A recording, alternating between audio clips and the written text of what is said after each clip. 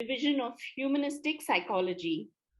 She is the Associated Distinguished Professor of Psychology at the California Institute of Integral Studies and has taught at universities like Saybrook University, Lesley, UCLA, the New York Gestalt Institute, and the C.G. Jung Institute in Zurich. And I am so happy and we're glad that we could have her here today to kick off the conference for us.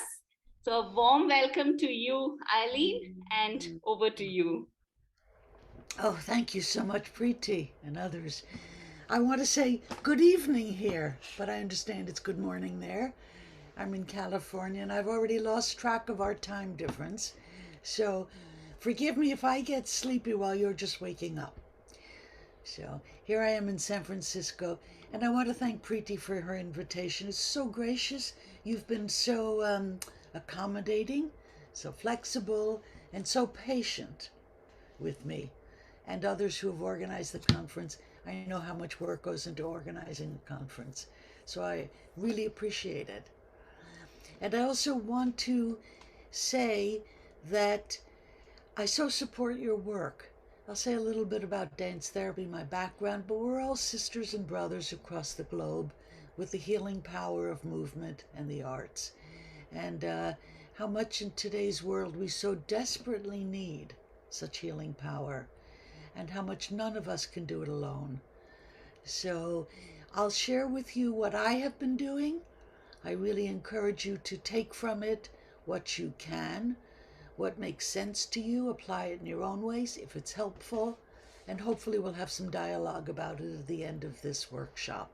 See what might be useful to you. Um, just a quick personal introduction, which is that I am an official dance therapist and a psychologist. So dance therapy in the United States is relatively new. The association is not, you've heard from other dance therapists. So it comes after art, music. It's one of the newer ones. And I was in the first class at Hunter College in 1970. So I go way back, and I've had the privilege, and I would like to bring the work of some really outstanding pioneers and early teachers that really inform my work, and I'm very happy to be able to share with others that work. Um, my belief is I have a couple of beliefs that I'll bring to you. One is my own. I think many of us that I want to say have fortunately, unfortunately, struggled alone with this strange, probably, inclination we feel to move, to create, and not being understood by others. And certainly when I went into the field of psychology, um, it's very cerebral. And I find myself straddling both those worlds, counselor and dance. And the dance world, I'm attracted to the theories and the new work in trauma and neuropsychology. In the psychology world, I try to bring embodiment and the arts. It's sometimes lonely, and many of us are in that position. So as far as I'm concerned, building bridges is the only way to go. And finally, with COVID and the way the world is looking in these days, we so need to reach out hands to each other and build whatever we can. So that again, I think, Preeti, you have my information. If I can, I'm happy to respond. And there are some resources at the end of a little PowerPoint. So hopefully this is more of a beginning than an ending, and an introduction to the way I found a way to make sense of both dance and psychology, national and international, as you find your own way in India, to forge your own identity that's both your own and yet connects with others around the world. Let's see if there's anything else. I wanted to invite you. I like to start with lighting a candle. I light mine here. If you happen to have a candle by, it's a nice way to bring in, as we do here. I would like to bring in, my background is blurred, so if I get lost, I'll come right back. to bring in our colleagues, our friends, our family. We stand on the shoulders of our teachers, our mentors. We stand on the shoulders of our ancestors, others who share visions. We can't do it without them. So we do from, in this direction, we go from the east to bring in all kinds of inspiration, new ideas.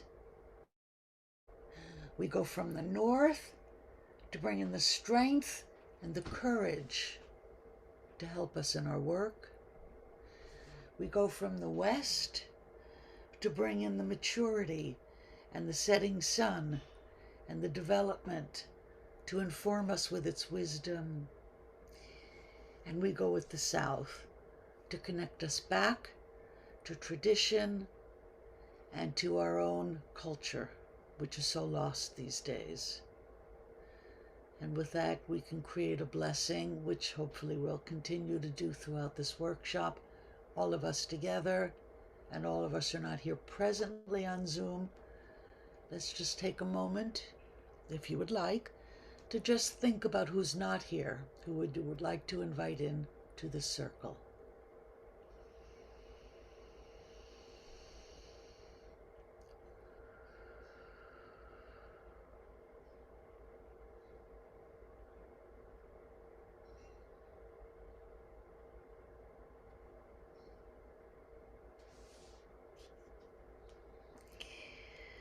Now, if all goes well with technology, I'm going to try to share my screen and just do a little PowerPoint as an introduction.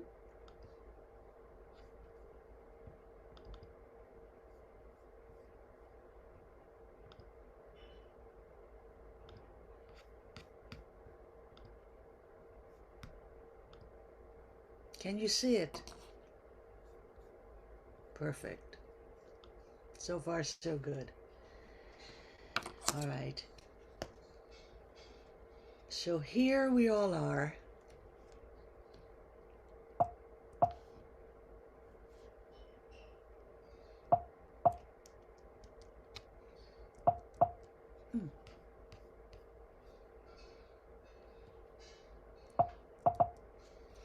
That's interesting. It's not moving. Let me.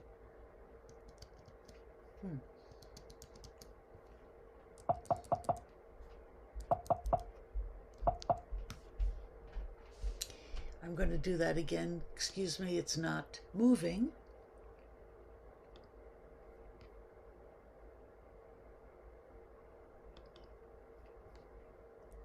Okay. So I think the first question is the word resilience. I think that's part of the theme of your conference. What's important about it? And let's spend a little time just discussing resilience. It's kind of officially defined, and please forgive me for speaking English. I understand you can speak English, everyone, so, but if I can't speak your languages, I hope this is okay. The ability to bounce back from adversity. When we think about that, we'll talk a little bit more. Some call it the difference between being a victim and a survivor. Some say survivor is not enough. It's got to be one who thrives. Say a little bit more about that. The questions that come up is, what is resilience? What qualities create resilience? And of course, if we begin to uncover those qualities, can they be taught or cultivated? And again, in some of the examples I'll first share with you, that's so needed around the globe. Can we help?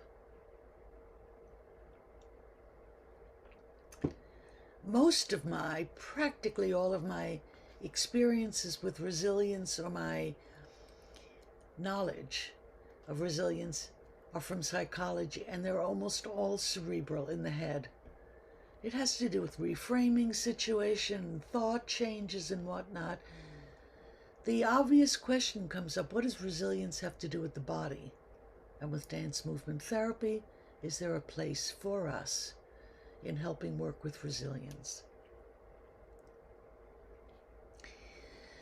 Before I get to this, I should have put a slide in here, which is my strong belief in the body, and I'm going to call it an interconnected track, because I think that the cognitive role in resilience is very important, to be able to see opportunities, to be able to understand things differently, not at all to be dismissed.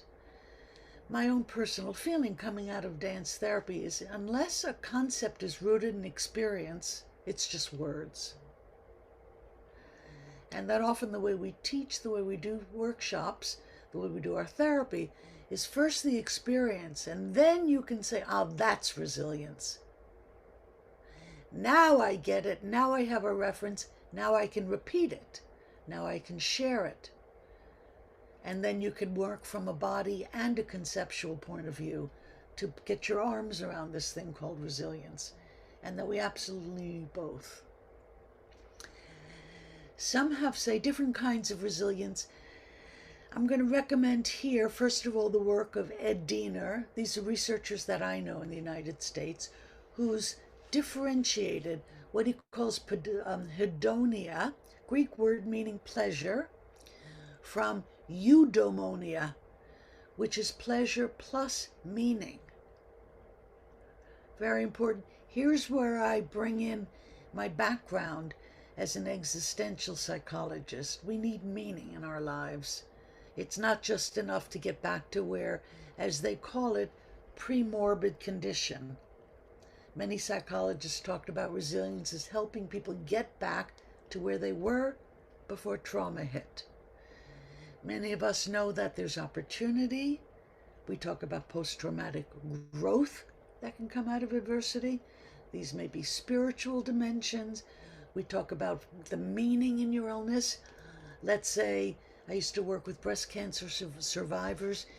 Maybe you're still going to die, but what is the meaning of the illness? How does it enrich your life so that you die very differently than you did before? These are very significant, the role of meaning.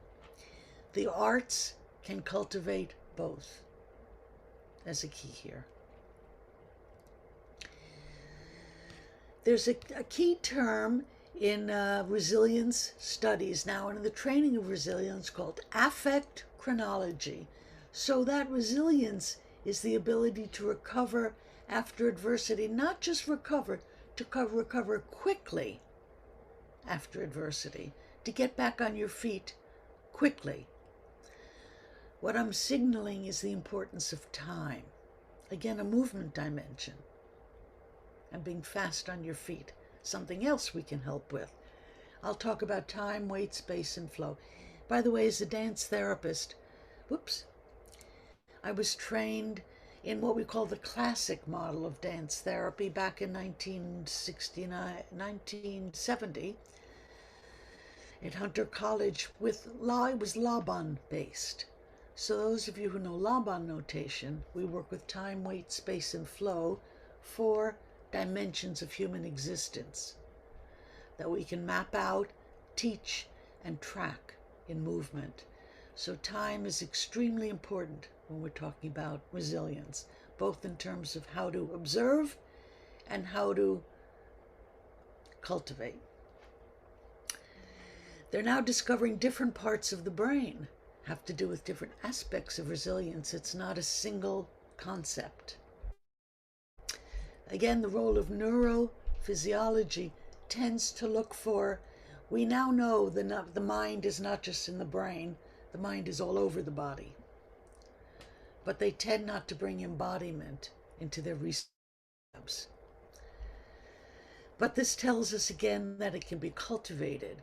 One research lab, I just heard a lecture by Richard Davidson, is one who's worked with the Dalai Lama, mostly investigating states of meditation.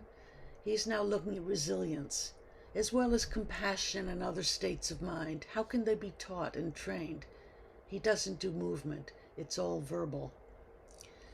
However, Center for Investigating Healthy Minds, it's still all in the mind, as most psychologists would say.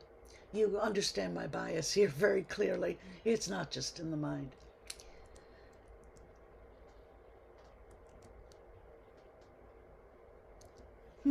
I think it's stuck again.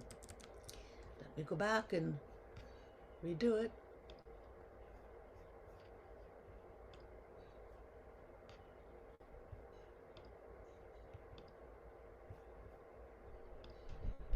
Let's see if it works now. Okay. I'm just going to, fairly briefly, this will be mostly experiential. After a little introduction, we'll just go into the structure of the morning for you, the evening for me. I happened to be living in San Francisco in 1989 when the earthquake came. So that was my first real experience of natural disaster.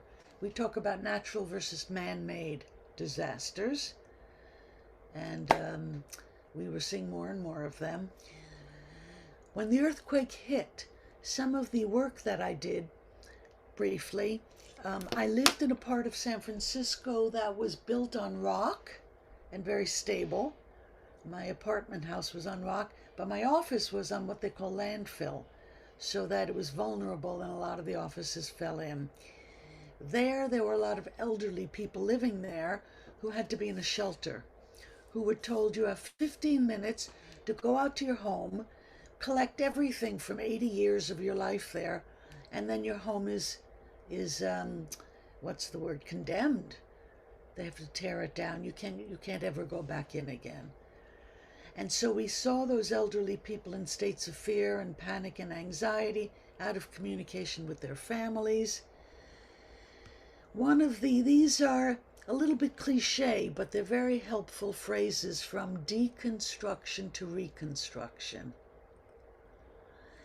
There was a talk here by the Dalai Lama just before that, and this is something that I used to talk about, that we can't go back to the way things were. Life is unstable. Life keeps moving. We have to move with it. And this whole illusion of control is really an illusion. And when the children are asking their parents, I thought you could protect us from everything, the parents are going to have to say, yes, I do my best. But we can't guarantee it all the time. We have to be prepared how to create buffers. Help children, I believe, learn to deal with resiliency before disaster hits. This is a new normal for all of us now. I work with death and rebirth. My orientation is basically existential humanistic, so that we really work with metaphors of confrontation with death. It's in every moment. It's in every disaster. It was not part of I was working with the Red Cross in San Francisco. They just talk about restoring control. They don't talk about what it's like to face death or destruction or loss, and the rebirth that can come out of this. Humanistic psychologists, and I believe all arts therapists, tend to work with creativity more than most psychologists, and communication and connection, which is a great advantage we have. Whoops.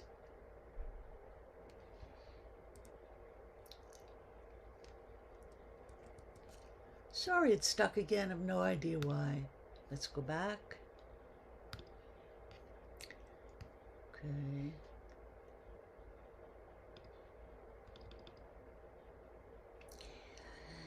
We humanistic existential psychologists tend to work from what we call a strength-based approach.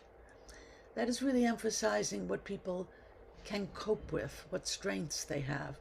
We don't minimize tragedy. We don't minimize pain and suffering, but we try not to get stuck there, and really help people identify their own strengths and communal strengths to build back together. And this concept called post-traumatic growth, which is relatively new. Again, I think it's been endemic to the arts and to humanistic psychology for a long time. Again, it doesn't mean to be going back to normal. It means using adversity to learn and grow from. And this is a reference to when I documented the stories of the elderly caught in the earthquake. A student of mine transcribed them and wrote his doctoral dissertation on them. And here's an article about them. And you have copies of the slides and all the references on there if you want to check. It's called A Humanistic Approach to the Psychology of Trauma. Aha. The second example comes from the work that I did in Israel. I went there starting teaching every year there, and I used to think that trauma was something that happened to only soldiers or other people, that was not about my relatively privileged life. In Israel, I learned that it happens to everyone, and we're all vulnerable to it. I'm going to share with you an exercise that I did with a class there, which is sort of, I call it arts-based research, where we worked with the theme of resilience. Out of the improvisation with the body, we then documented words and concepts and images that came out of that.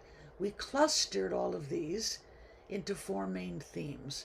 And this grew directly from, these are the themes we're going to work with today in movement. These themes came directly from their experience of what does the word trauma mean to them and how do they experience it and cultivate it in their own bodies.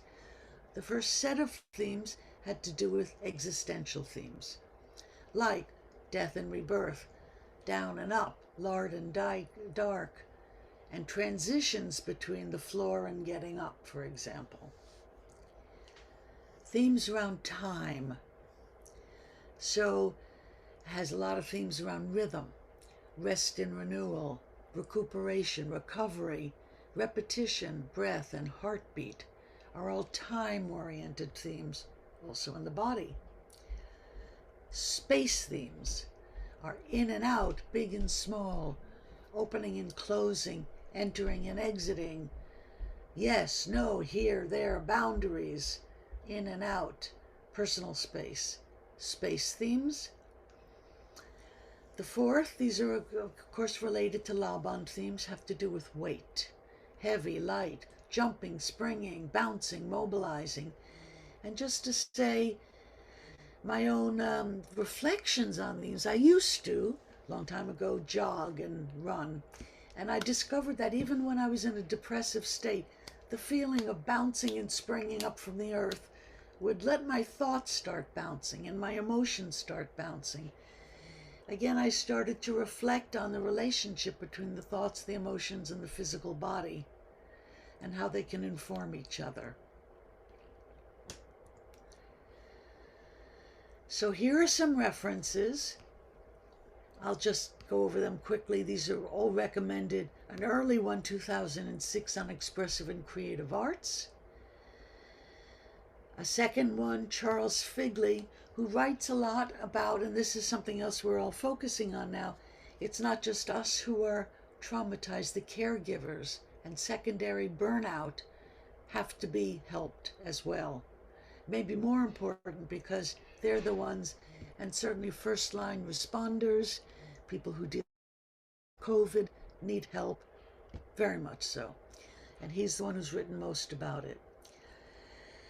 This one was written by a student of mine from Istanbul when their earthquake hit, and how the earthquake confronted them with these existential themes of death and rebirth as a group. One of my favorites, and I consider myself in his tradition, Rollo May, who's an existential depth, kind of a Jungian psychologist, may be familiar to all of you, wrote a beautiful book a long time ago called The Courage to Create.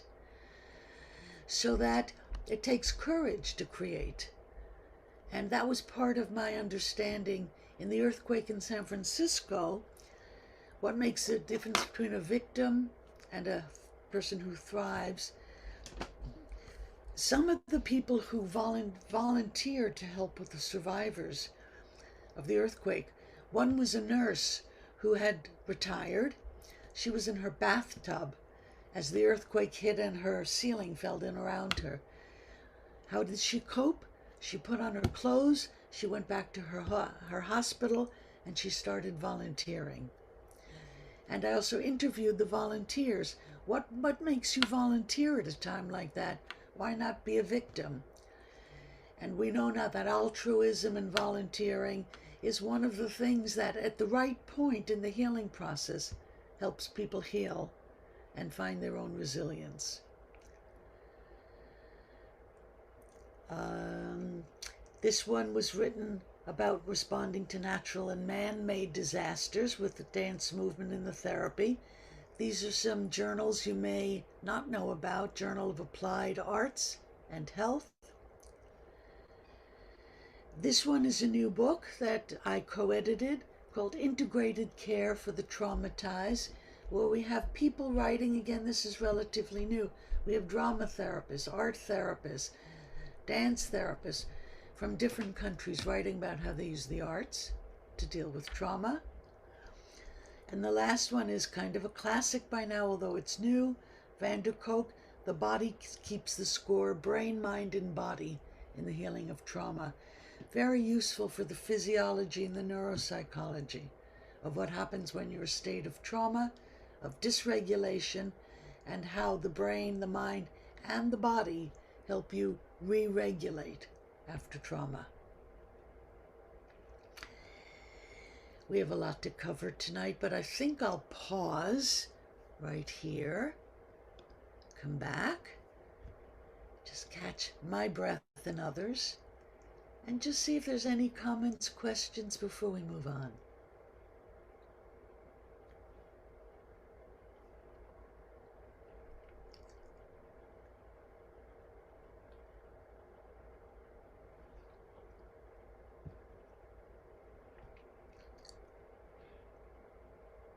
If none, shall we move on?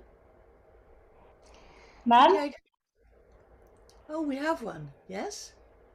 ma'am, good morning. Thank you for the wonderful presentation. Ma'am, you said resilience is ability to bounce back from adversity. So can Yes. I say it as rehabilitation? I'm looking. I just put it on gallery view so I can see who's speaking. Will you wave? Perfect. Rama? Yes, ma'am. Ma'am, so can we say resilience as rehabilitation? Can we refer this term to rehabilitate? The ability to rehabilitate, but I missed a word earlier. You have what? And can you ask, what is the question or Ma'am, you comment? said resilience. Yeah, resilience is ability to bounce back from adversity. Yes? So, is it like rehabilitation, getting back to the healthy situation? If the person is suffering, having some depression issue or stress, so are we rehabilitating him without knowing through dance therapy? Well, yes, and if I can say that. We're rehabilitating him to where he was before, hopefully. But what I'm saying is we can get him further. He Okay, can ma'am. learn from what he went through, especially if it's not just physical. He didn't break a leg, but there was an earthquake, a war, something. And he really comes back stronger, with more wisdom. And we can do that with the arts. It's my belief. Okay, ma'am. Sure. Okay, ma'am. Thank you, ma'am. You're welcome. Thank you. Any others? Hi. May I? If I can, if you don't mind, how do you pronounce your name? Me, Suprita. Oh, who's speaking? I thought it was Sauni or. Oh, Sauni. Okay, you can go with Sauni first. I'll go next. No, No, Suprita, please Suprita, go it's ahead. fine. Please go ahead and ask. Okay, Suprita. so hello, I'm Suprita. I'm doing my bachelor's in psychology. So I had like a small doubt. So when you said conquering death, and with that, we try and rebirth. I mean, we try and get them to reborn from into another, I mean, like a new person. So Yes. through dance, how can we do that? Like, I am a bit like confused because I'm scared of death. So how do we conquer that through dance? So I just wanted to know. So, Suprita, thank you for the question. Hopefully, in the workshop, we'll have a chance to, I call it play with these kind of exercises and movement and discover our own answers. One way, I'll describe a very quick experience I had. I was in one of my teachers, Irmgard Bartenieff, came from Germany after the war to the United States. After World War II, a lot of death. And one of the exercises in her workshop, she was one of the first to bring this, it was 1976. The instructions were fairly simple. Roll down to the floor and come back up. We're going to do that. So many of us just go down to the floor. It's kind of a death, like a giving up. But we learn in dance, we learn in martial arts to keep what we call active weight. So you turns into a roll where you can find your way back up. And it's very important in martial arts. If you hit the floor and diving like this, you'll break a bone. But if you know how to fall and you're not afraid of falling, you'll survive much better. The fear of falling is equivalent to the fear of death. And again, why it has to be felt in the body. Thank you for the question. Thank you. Thank you so much. Good morning, ma'am. This is Shawnee. Shani? Shawnee. Shami? Shawnee. Shami? Yes, Thank you. It's okay. It's okay. Ma'am, so I practice art therapy here, and I'm a psychologist too. In my work, I try to do work with resilience. The way you were expressing your approach towards therapy, I do relate to that partly. And I was, one question I have always been wondering in work, if you can reflect some, that, this line between surviving and thriving, what we psychologists try to, put a mark, okay, this is resilience. Now you're doing more than just living. Yes. This idea is so very subjective and so very cultural. At times I feel at loss. Do I go with my participants' subjectivity, what they Yes. are bringing, what they are telling me, or if I'm having it's a feeling that there can be more, or Yes. how to bridge that, how to bring about that, or is it only the therapist's own self working? These are very tricky lines that at times I find a bit enmeshed together. And That's a wonderful question. how do I check? How do I see for that for myself? If I may share a very personal experience and then share it with the group, I was just recently diagnosed with a serious illness. It's very awkward for your friends to know what to say. Sometimes they say things like, you'll be fine. You'll come out, you'll be well, That's thriving, but it's too soon. That's not my experience at the moment. First comes what we call merging with the person, being with the person, which is, oh, that feels terrible. Oh, I'm really sorry for the loss. Only once do they feel, as we say in psychology, heard, understood, felt. Are they willing to let go of the grieving and then move past it to the next stage? So that's why I think timing is important. And the second answer I would give you is that it's a question also of identity. When some people say I'm a breast cancer survivor, to some it means I'm stuck in that identity for the rest of my life, and I don't get back to sort of normal life.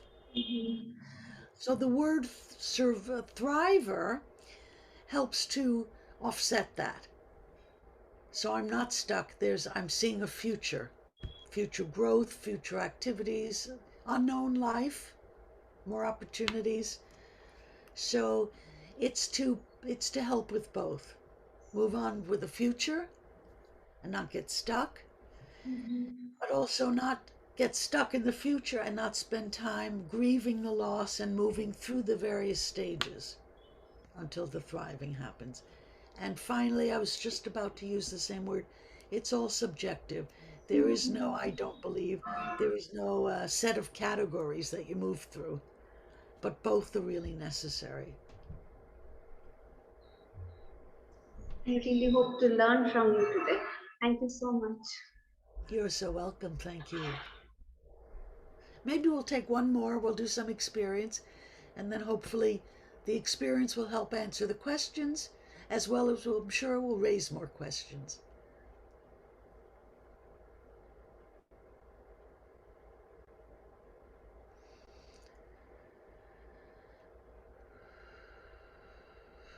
Yes, is that Damini? Yes, hi. I am studying psychology from the psychoanalytic, psychodynamic point of view. And over there, the body is, part of everything is the self is embodied. Um, it's also, it's a theoretical, conceptual thing, and I haven't practiced it yet. And I wonder that I see a lot of convergence and, just ways that creative and movement uh,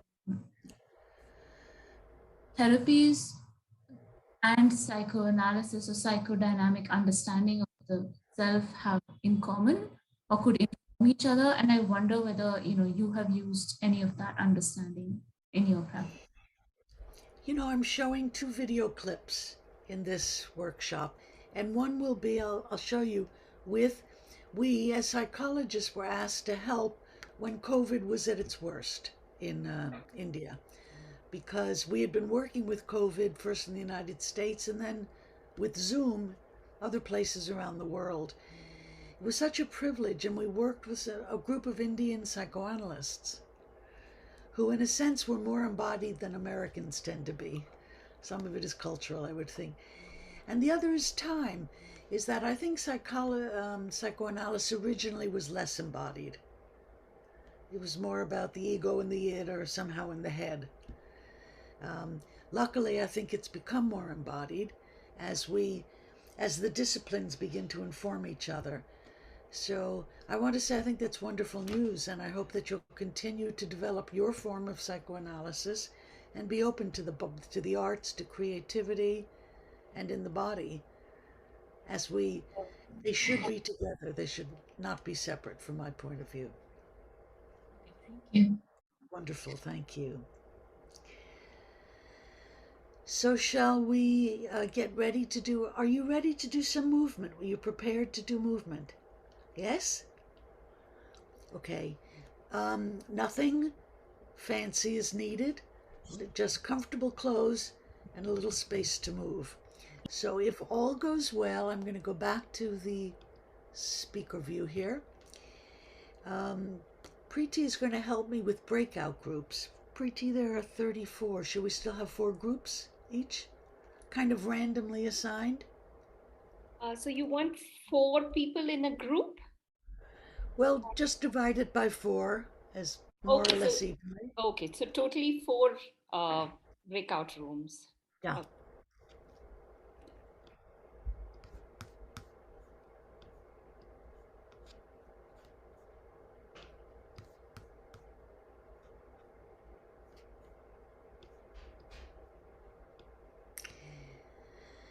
Um, why don't I, before we actually do the breakouts, sorry, let me just go over the instructions. So each group gets approximately 20 minutes. I'll ring the bell. Are you familiar with improvisation if I give you a theme? To find a way to work together as a group?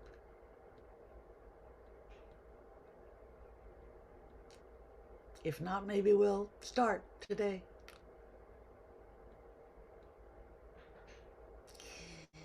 I've had the experience with people who have not done it before, and they do find a way. The theme is the 4 themes, the 4 breakout groups correspond to the 4 themes.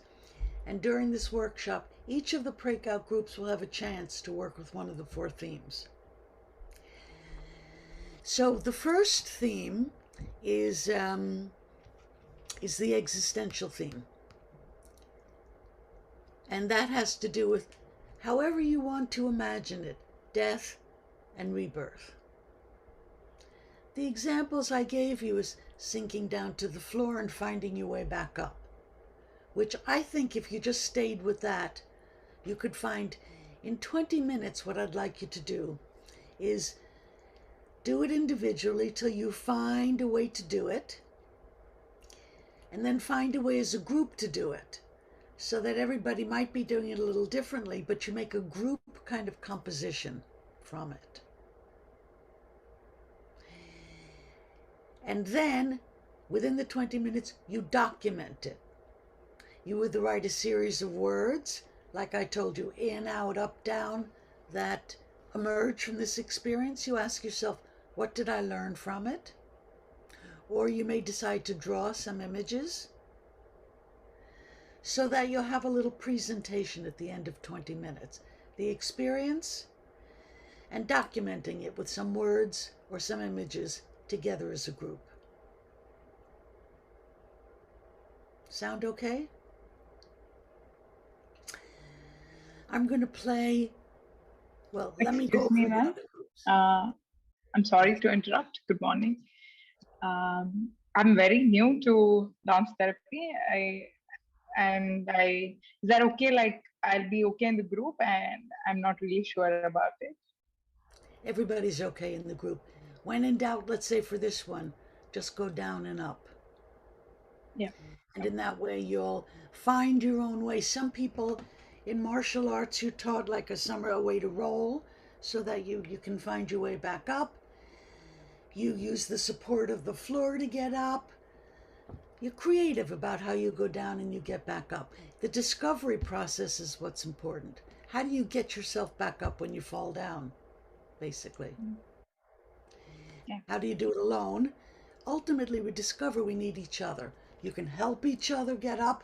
You know those children's games where you hold hands and everybody gets up together? Yeah. That's all up to you. Be creative and Thank find you. your own way. Sure. Let me just make sure I've got the other ones here.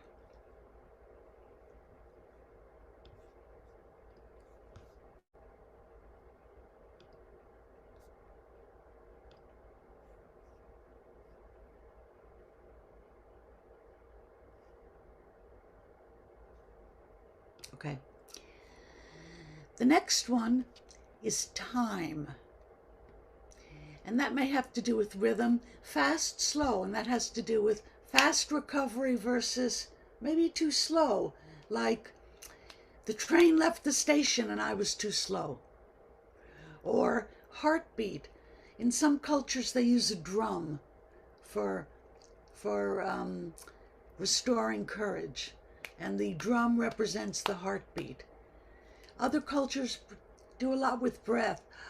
In and out, in and out, in and out.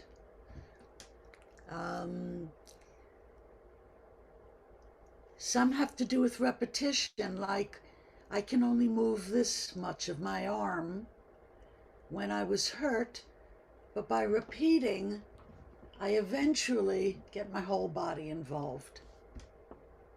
So repetition becomes a way to go from a little bit to a lot, from weak to strong, in other words, is the trajectory you want to make. Space themes. That may have to do with in and out, let's say boundaries. We see this a lot with children who have been abused. Don't come closer. Now you come closer. Now I can control the boundary. This is my personal space. I'm safe here. We saw that a lot in COVID when a whole family in China was living in one room. And you had to sort of create privacy, like I'm pretending I'm in my small room here, so I have a little privacy even though you're very close to me. You create a sense of safety with space and boundaries.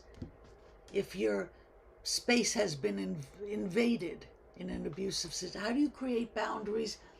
And in that one, working with others, what I typically do is you create your own personal safety, and then you can begin to reach out to others when you feel safe. Maybe you want to end up together as a group. Maybe you still don't feel safe. But again, it's how do you find safety through space? The last one is weight. And I would suggest just jumping, springing, finding that ability to bounce. So, group number one, for now, works with existential themes, and I'm going to suggest just down and up and death and rebirth. I gave some examples of it. Find your way alone, find your way together, and together, hopefully in a group, and document words or images. Group number two, work with time, rhythm, heartbeat, breath, getting the life force going again. Oh, we thought this person had died, but no, we have a heartbeat. And now the heartbeat's getting stronger. Life comes back. Time. Third group, space. Boundaries. Come close, don't come close. I'm safe, I'm not safe. Boundaries. Fourth group, weight. Bouncing, jumping, finding your spring back. Is that clear enough? Each of the four groups, and Brita, you'll let everybody know if they're the first, second, third, fourth. Remember, everybody's going to get a chance to work with each of the four themes over the workshop. I will time this, and I'll keep my eye. We should have 8, I think 15 minutes might be enough. Let's start a little shorter, make sure we have time. 15 minutes, it's going to seem long. Time for improvisation, and then document as a group what you have, because we're going to share all of these at the end. Okay? So Preeti, you want to do the breakout groups? Yes, I'm I'm play ready. a little music.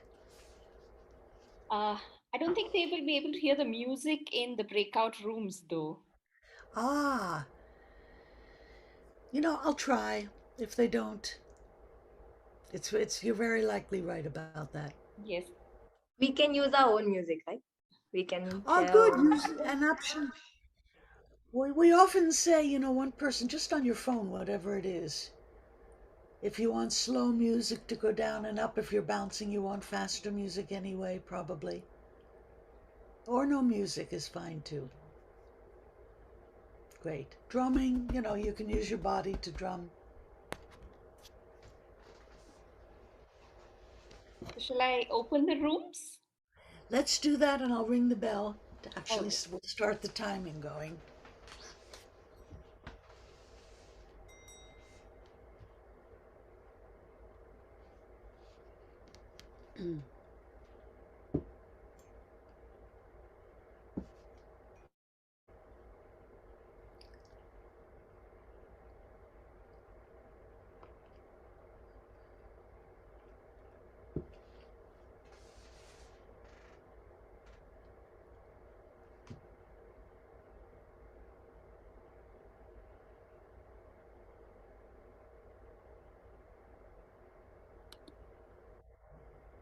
Charmeen and Somushri, are you here?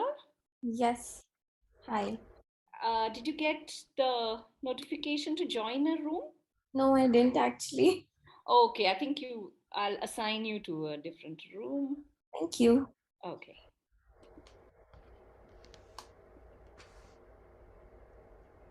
Yes, you would have got it now. Yeah.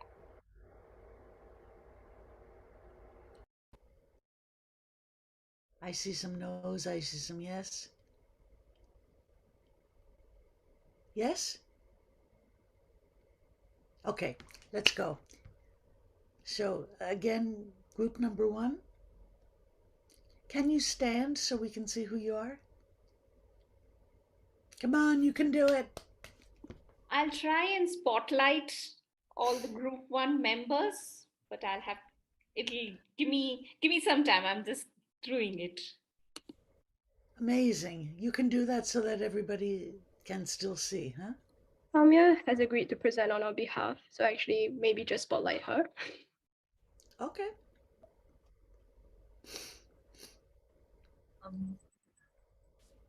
Hi, I'm Soumya. We all had different mixed emotions actually when we did the movement.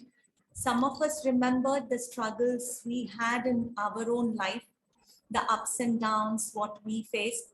Some of us felt falling down and rising up needs a lot of power, willpower from our own mind, even though we have all the support system around us. So the struggles, whatever we encounter when we come up, so many of us felt all those roller coaster of emotions. And I personally felt helping others was so fulfilling. So that is my own personal thing. Coming up, yes, we really need our own willpower plus support of others. So as a life's purpose, we can help others and do the maximum in this circle of life, death, and those who believe in rebirth, like life, death, rebirth. So what happens in between matters the most. That is the purpose for which we have all come into the earth. So finally, a realization came. Okay, we should be ready to do something in this lifetime, in this God-given time which is given to us. And we have noted down the keywords. This is from each one's words which popped up in their mind. We have taken the two prominent words. So struggle, rebuild, roller coaster, growth, effort, vulnerable, bounce back, relief, willpower, compassion, destruction and healing, isolation, identity, individuality, and conformity. These were the words which came out from us after the movement experience. So that's all from me. Anybody want to add on, you can add on from the group members. Just beautiful. Just beautiful. Thank you. And profound as well. Thank you so much. Shall we do group number 2? So we have two parts to it. One, we're going to show y'all what we did. We have individual movements as well as one aspect we wanted to do together. So I'm going to play the music if that's okay. Ellen, is that okay? Absolutely. Yeah, okay. So I will share the music. Just a second. Just let me know if you all can hear it.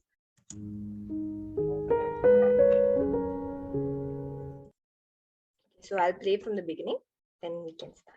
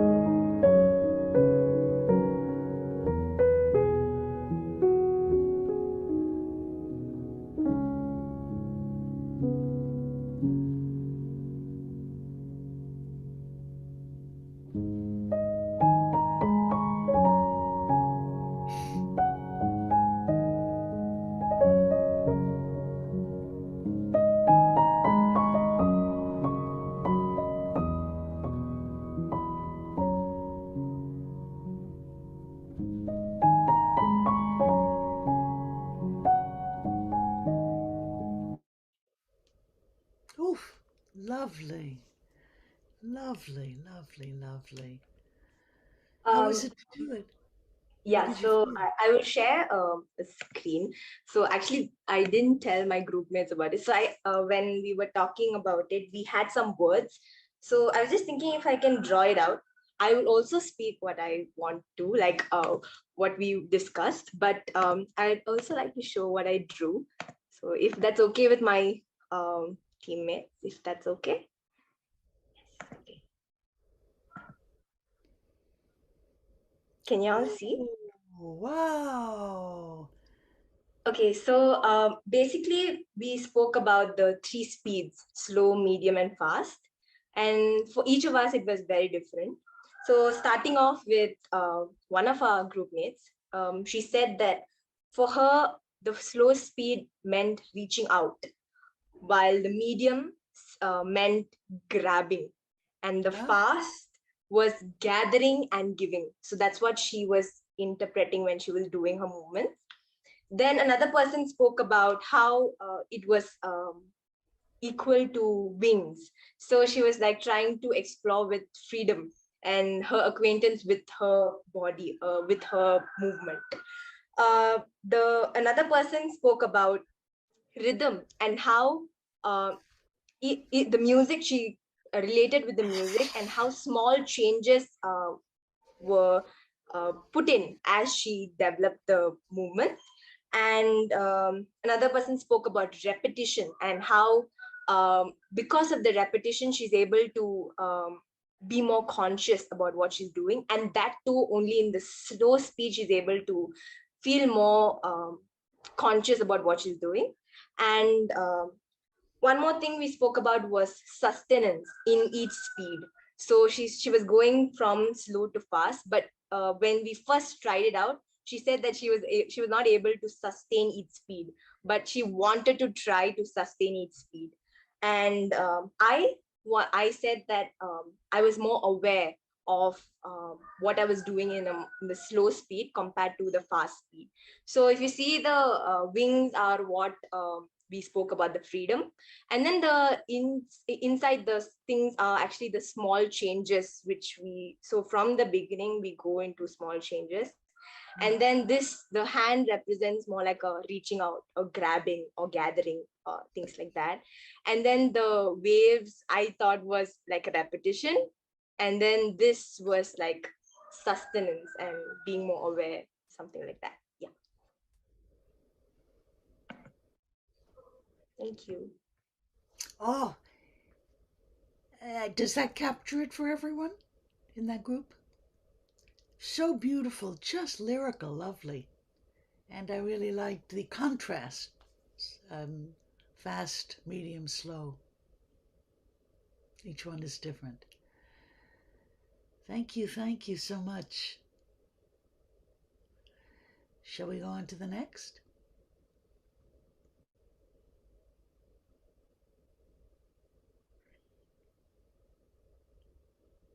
Group number 3.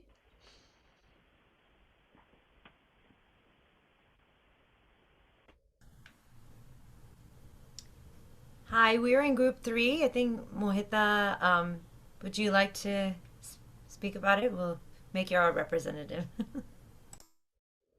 Hi, thank you so much, Ritu. Is everyone spotlighted? Okay, we are getting spotlighted. So, hi, Eileen and everyone. Thank you so much for this beautiful movement capsules that we are going through. And our theme was space, and we explored it in different ways. And we'd like to share with you through movement itself, and let the movement speak.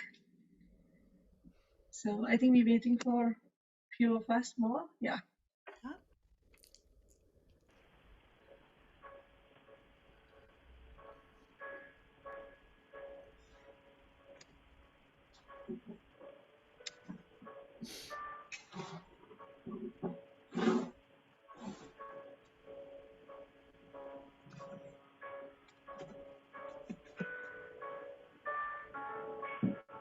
Mhm.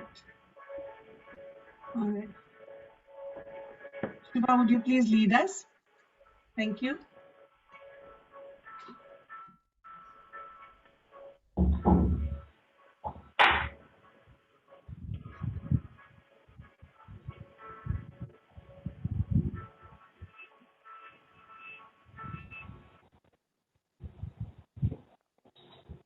Radha. Yeah.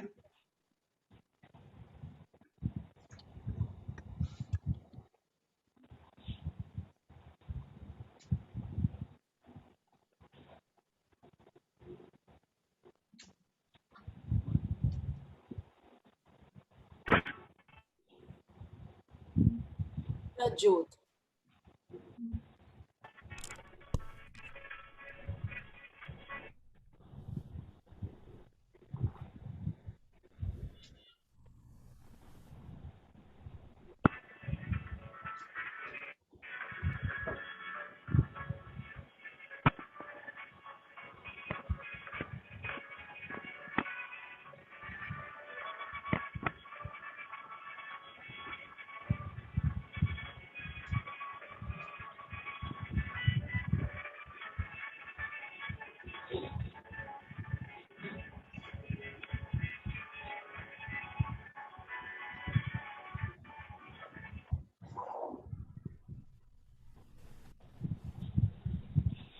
Damini.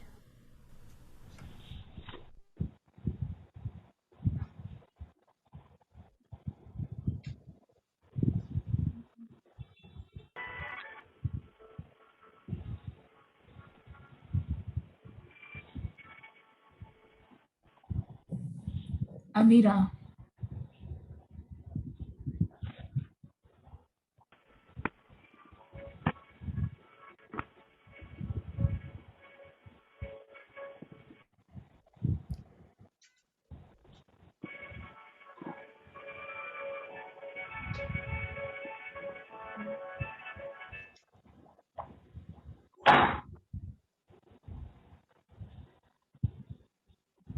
Rama,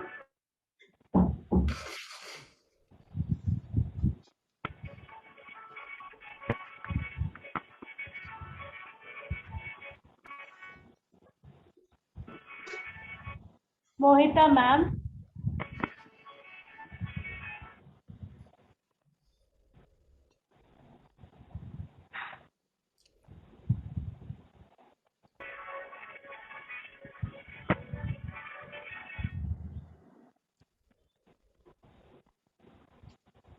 Thank you so much. Thank you, everyone.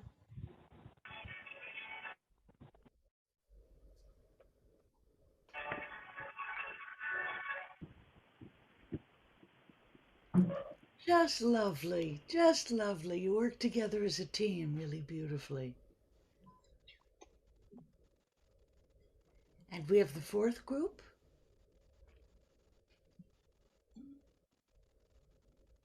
Raise your hands, please. I would know. Yeah.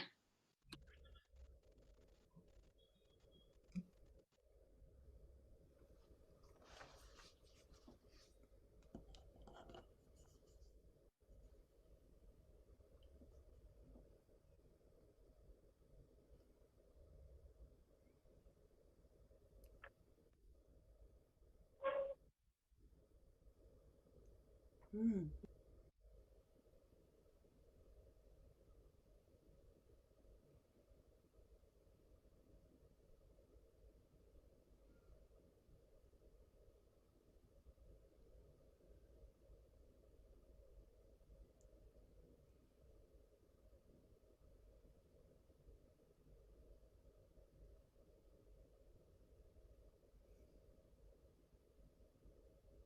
Jyotsna, you'll have to be on video, otherwise I can't spotlight you. Preeti, I'm not able to, so I think you can go ahead and spotlight the others. I For some know I'm reason, I'm not missing able to the switch it. others. Yes. Tell me when to start. Ready?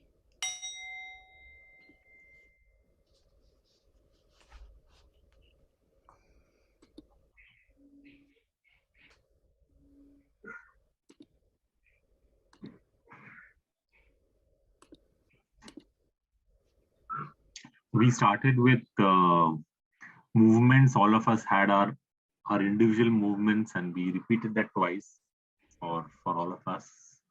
And then we looked at words which we felt when the movement was happening. So all of us collected words. We got it all together, and we kind of made meaning of it into a poem. So, can anyone read out the poem for us? Yeah. Now, can you all see the screen? Yes. Yes. Okay. Okay, sorry for that. Great. I think I'm having internet issues. So we can read this out. We call it the pendulum of life by all of us. Running away from childhood, I felt that I was in the eye of the storm. In the eye of the storm, I swirl, I circle, I have no control.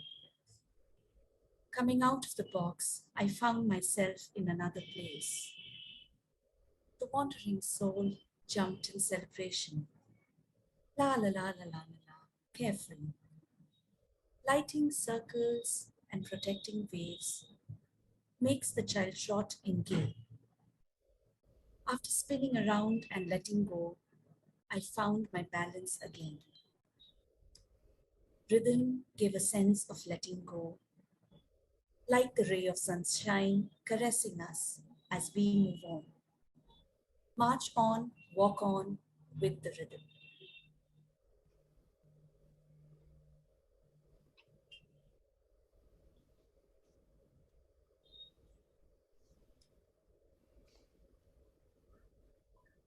That's And us. you told me you couldn't do this.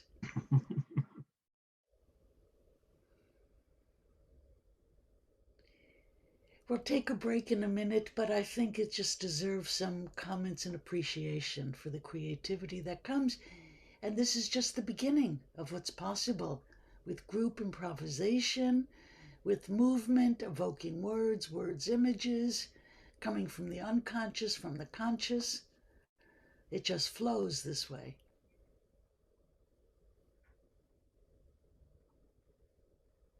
Preeti, what did you think?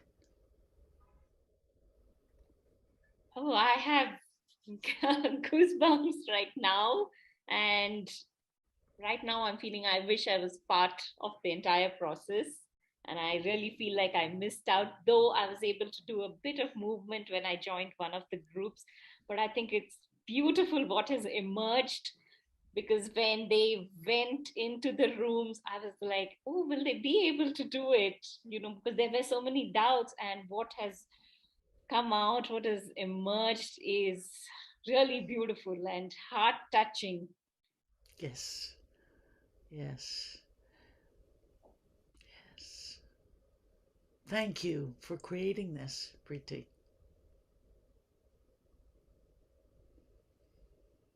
We're just at the beginning. Any other comments? And then we will have a well-deserved break, yes?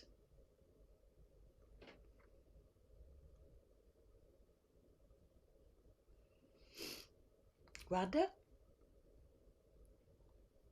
Yeah, when I heard the poem, I could see all the movements which were ingrained in those lines and the meaning. So I could see like like a written version of dance movement therapy. So that came across to me like that. So just wanted to share this with you, all of you. Thank you for such a lovely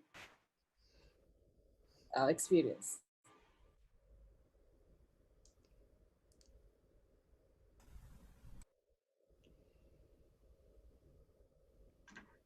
Just sharing what I experienced in my group. Uh, how do I hold my own while also be part of the group? That was an interesting process for me. Because we had limited time. If we had more time, I could have done both. And I felt I was just being with myself, and then I was also being part of the group. So that was an interesting process for me.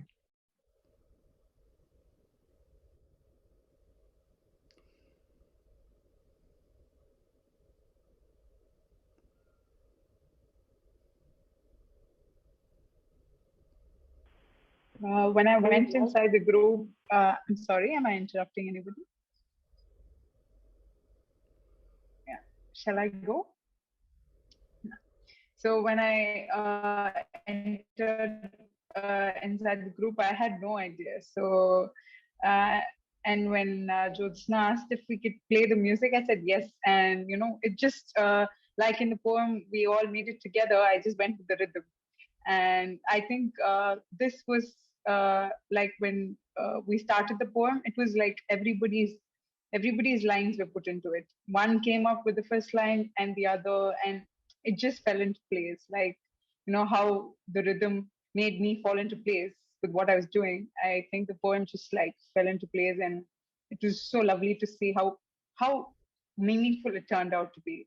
Just words of everyone could make a beautiful poem. Thank you for this, Ellen. I'm so much grateful to you. I just wanted to share something. Can I share?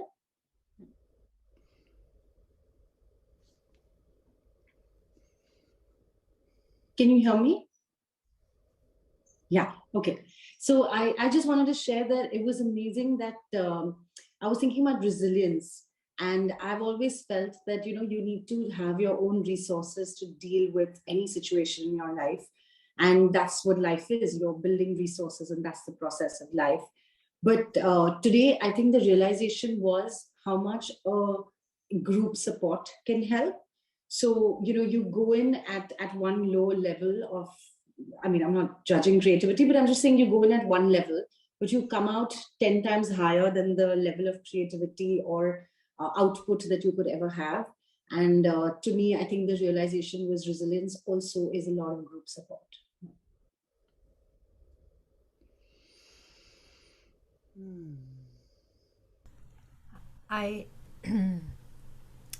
Is it okay if I share? I'm going through a major transition right now in my life, physical transition. I'm moving, and I just realized how much being in this group, the being witnessed in my movement, the witnessing was so powerful. Going to almost what Vidya is also sharing is that all this time I'm sort of just doing, going, doing whatever I need to do, but being able to have this time and space to really move with it and process it, and that too with a group was extremely powerful for me. And it's just the beginning, and I'm feeling like, oh my God, this has been a need, and I haven't really paid attention to that. I've known I need to do it, but just having this is so special. So thank you to my group, but thank you to everyone.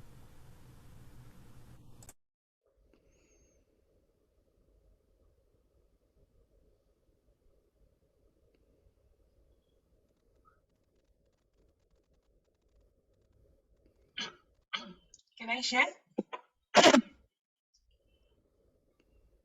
Yeah. Hi, Eileen. Thanks again.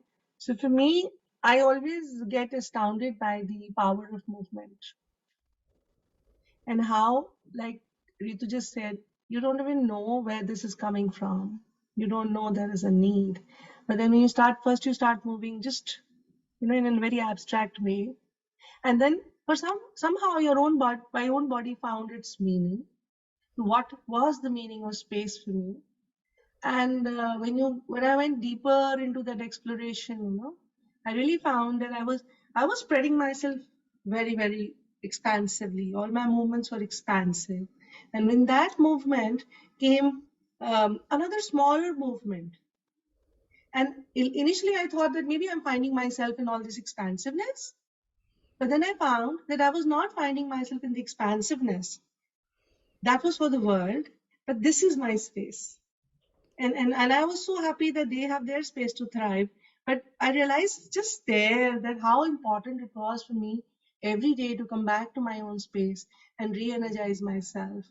So, in this space of being a mother, working and all of that, we often forget to ground ourselves and create that 1 hour for ourselves. So I always get astounded how movement can bring out our deepest and our truest feelings. So thank you so much. I can never get over it. So I've been in this space, as I say to Simtai, I've been in this space for so many years, and it's just so beautiful every time. So thank you so much, everybody. Really, thank you. Me too.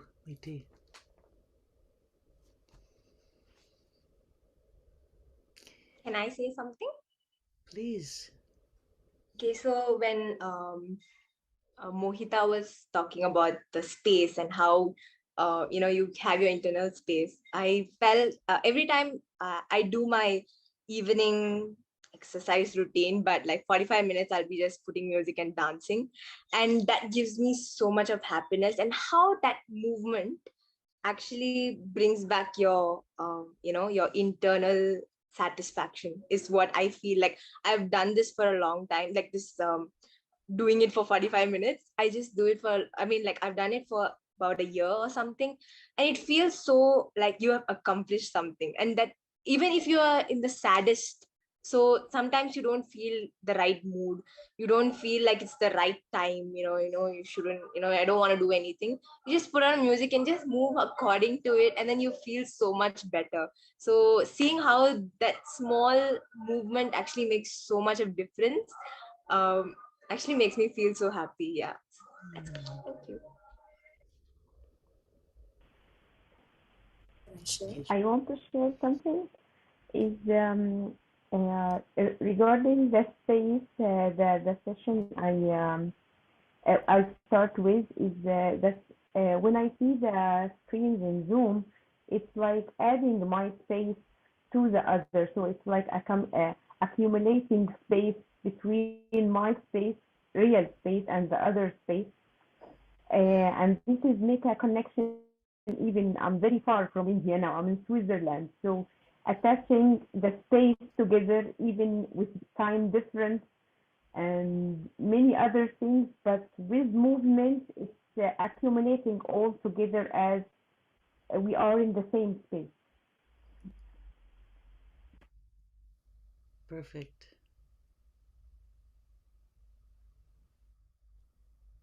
I wanted to share too. Can I go ahead? So I really want to thank Eileen and Preeti for just creating this space. I'm sitting with what Vidya said, and I'm really resonating. Um, I mean, about the thing that resilience felt like something that I had to do for myself. And when Vidya said no, when we were sitting in the group, it did feel like, um, I can do it for myself. I can even offer it to others and also maybe take some for myself. And I mean, I did that in my smaller group. And even when the others shared, even in the larger group, when we shared, when I was witnessing, um, I mean, there was something that I sort of picked up from almost, I mean, it moved me, it touched me. And it's as if I've taken a bit of, I mean, a little bit of everything from all of the other people in this group too. So resilience need not be something that only, I have to do, but probably others can help me too. And that's like a really liberating feeling. Thanks for that. Uh-huh.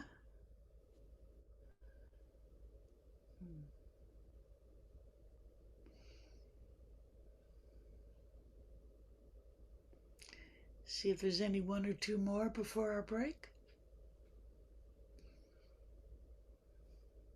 Yeah, so this image just came to me as I was listening to everyone and to myself also.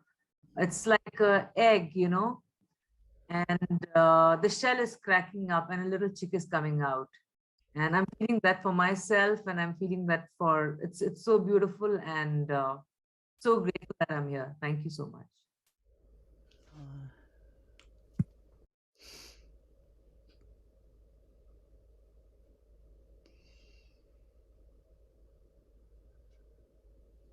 I was going to say something about how I was a bit shy of keeping my video on at first and in the group.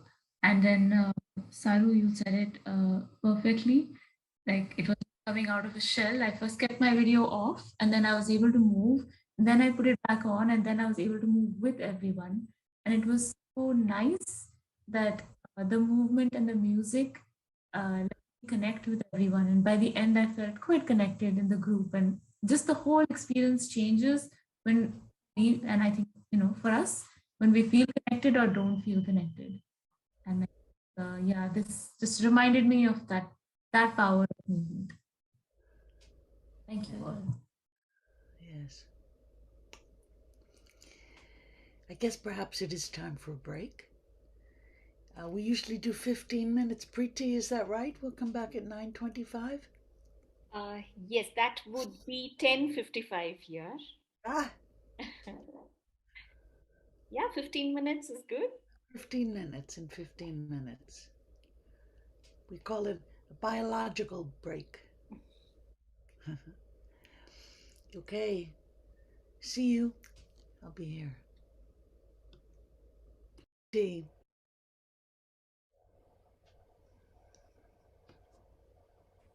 Are we all back? Wonderful. Oof, I want to say a few things and share what I've been thinking about lately. So, obviously, resilience. And obviously, resilience is personal, collective. I wish I could share more with you. As I said, I'd love to come to India, and I did put my email in the chat so that if you want, I'm happy to put you on my email list for future trainings. I lose my voice, forgive me, so I'm drinking water here. My beginnings as a folk dancer started out as a folk dancer. I'm very interested in culture and cultural differences. And for 5 years, when the first Syrian refugees got to Jordan, I went over to Jordan to work with them. And one of the first things that was so heartbreaking was their loss of culture. So in trauma, there's a lot written about loss of life, loss of limb, loss of family, loss of culture is not taken as seriously, but it's deeply traumatic. And as I watch the world be displaced, more and more migrations, with not only political upheaval, but climate change, people are leaving countries, are going to have to start leaving countries and villages. And one of the things, culture has been a way to support whole communities, really, the whole structure of a community. Families are breaking down. Individuals don't have those safety nets anymore. And as many of you may have gone to another country or had, family members who had to relocate to another country, you know how hard it is with resources. You can imagine with few resources and with high degrees of trauma as well. And so I've been very interested in the role that culture plays in restoring a sense of self in culture and resilience. And there's not all that much written about it. And so the umbrella that I'm living under now is cultural loss and trauma, and the role of culture and the arts in trauma, and how it can help. So I have too little, but I'll show you one video clip that I just got that is kind of what I don't want you to do, but you'll appreciate it. And you'll see why. It's someone really overcoming trauma with her own culture. But what she is a very trained dancer. And it might give the impression that you need to be so trained in order to express yourself in movement. And that's not the impression I want to give people. There was some conversation about simplicity, about accessibility. Anybody can reach up and down. And most of my work has been to find really simple movements that reach to the heart of a situation. We call these, I'm going to go on and on, I'll try to stop talking. We call these archetypes in movement, and also have a Jungian background. So some of these things like just giving and receiving. Somebody talked about, I get strength by giving, by helping others. And then some people, especially therapists like many of us, are good at giving, we're not so good at receiving help. So you can see in some of these opposites, you can kind of diagnose the balance, or who's off balance, has too much of one and too much of another. It's not that we want to fix or correct anybody. It's just that these basic polarities are polarities of existence in life. Ermgard used to talk about scattering the seeds, gathering the harvest. Scattering the seeds, and you see these all in folk dances. These basic movements of agriculture, of work, they kept communities together. Communities did it in their own way and developed their own forms. The rhythm in the United States, people, we call it barn raising, built structures on the farms, and everybody would do it together, and all the women would make bread together or sew together, and they didn't need words and they didn't need psychoanalysis, but the rhythm kept people together. In other words, they didn't have to tell the story or use words. It was more about connecting, supporting, and creating a space where people could be free to be themselves while still connected to the group. So that balance of self and group is tremendously important. So that's why I encourage you in your own way, if you use this as you help people, to keep it simple enough that you're not intimidating people, that they have to have special training in order to help themselves. Anybody can do simple movements. But it's not just mechanical exercises, which some physical therapy tends to be not connected to emotions, to the heart. So the ultimate goal is really connecting the heart, the mind, the brain, and the body in a movement that has emotion, that has meaning, that has all of that. So even if you start with something simple, it tends to, as we saw, grow into something meaningful. Like I can just be exercising my arms, and before you know it, it's a communication. So you let the movement grow, and it goes where it needs to. If your ego doesn't get in the way or your anxieties don't stop it. So I wanted to show you this video, this little 15-minute video clip of what is so inspiring, but it's not what I'm trying to ask you to do. But I still think it'll have beautiful meaning for you. So are you ready? All right, let's try screen sharing again.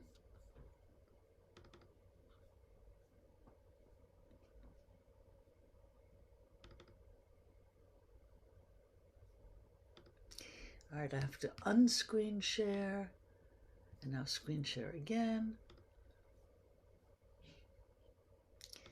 Oh, I think I have to pull it up first. Excuse me, let's see.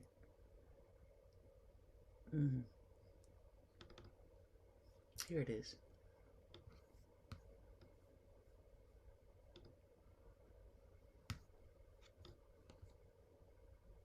Okay, I'm gonna stop share, and once more. Here we go. Ready? The sounds that remind you of your dad. This is the advertisement, sorry.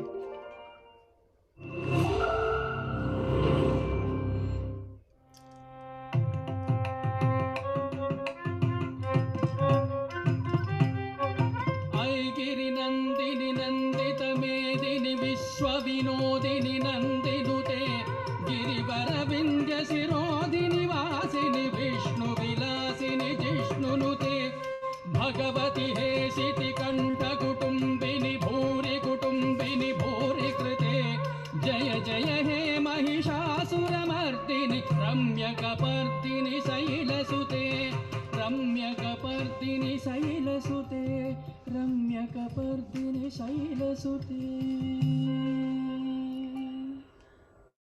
जय जय हे Mahishasuramardini रम्यकपर्दिनि शैलसुते. This is an ode to the mother goddess that most of us in India learn when we are children. I learned it when I was 4 at my mother's knee. That year, she introduced me to dance, and thus began my tryst with classical dance. Since then, it's been 4 decades now. I've trained with the best in the field, performed across the globe, taught young and old alike, created, collaborated, choreographed, and wove a rich tapestry of artistry, achievement, and awards. The crowning glory was in 2007 when I received this country's 4th highest civilian award, the Padma Shri, for my contribution to art. But nothing prepared me for what I was to hear on the 1st of July, 2008. I heard the word carcinoma. Yes, breast cancer. As I sat numbstruck in my doctor's office, I heard other words: cancer, stage, grade. Until then, cancer was the zodiac sign of my friend. Stage was what I performed on, and grades were what I got in school. That day, I realized I had an unwelcome, uninvited, new life partner. As a dancer, I know the 9 rasas or the Navarasas: anger, valor, disgust, humor, and fear. I thought I knew what fear was. That day, I learned what fear was. Overcome with the enormity of it all and the complete feeling of loss of control, I shed copious tears and asked my dear husband, Jayant. I said, is this it? Is this the end of the road? Is this the end of my dance? And he, the positive soul that he is, said, no, this is just a hiatus during the treatment, and you'll get back to doing what you do best. I realized then that I, who thought I had complete control of my life, had control of only 3 things: my thought, my mind, the images that these thoughts created, and the action that derived from it.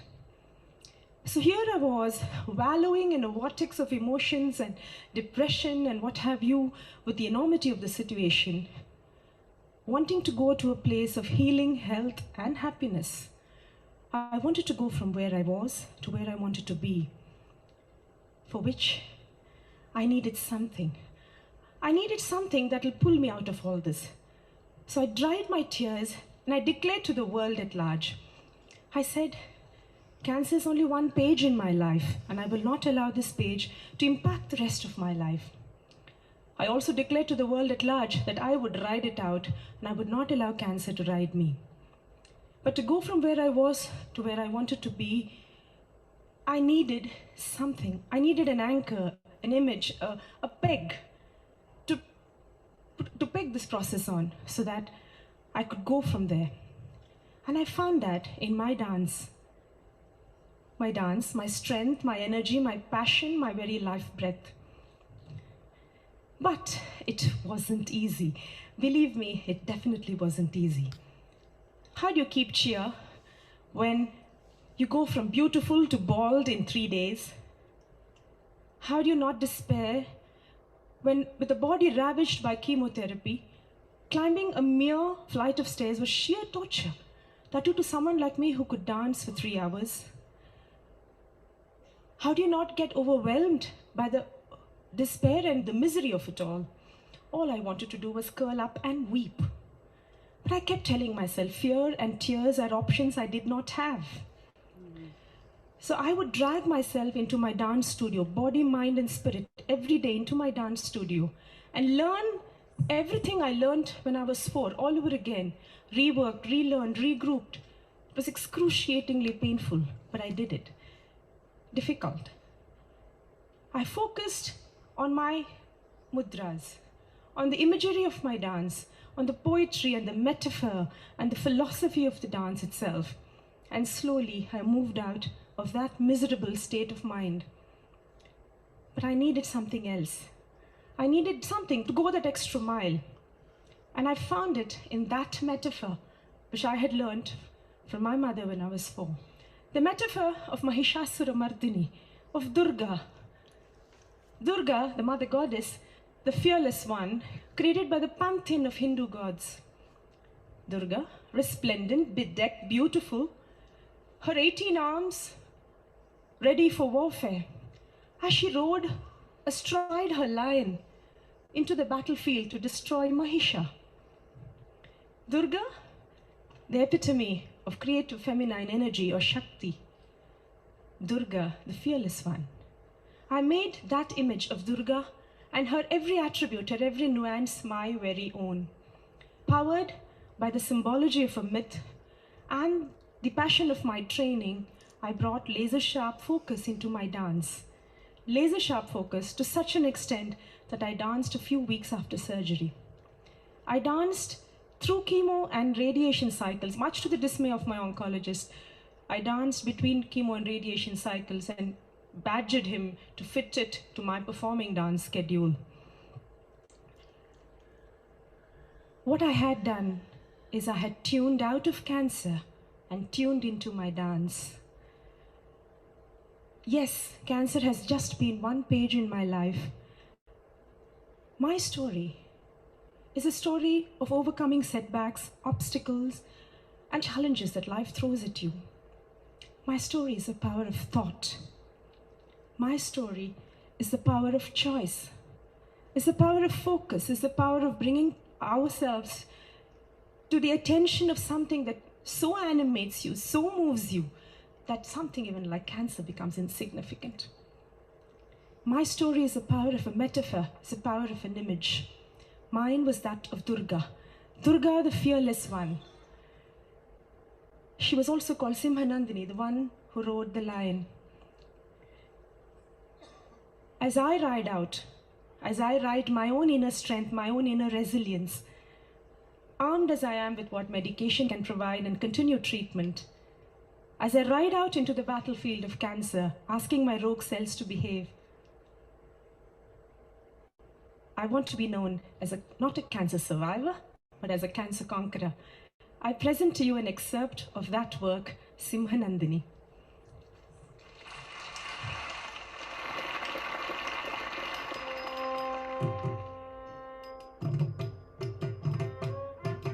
सन्नद्धं विविधायुधैः परिवृतं प्रान्ते कुमारी गणैः ध्याये दीप्सितदायिनीं त्रिनयनं त्रिंहाधिरूढां सितां शङ्कारीषु धनुषि चारुदधतिं चित्रायुधं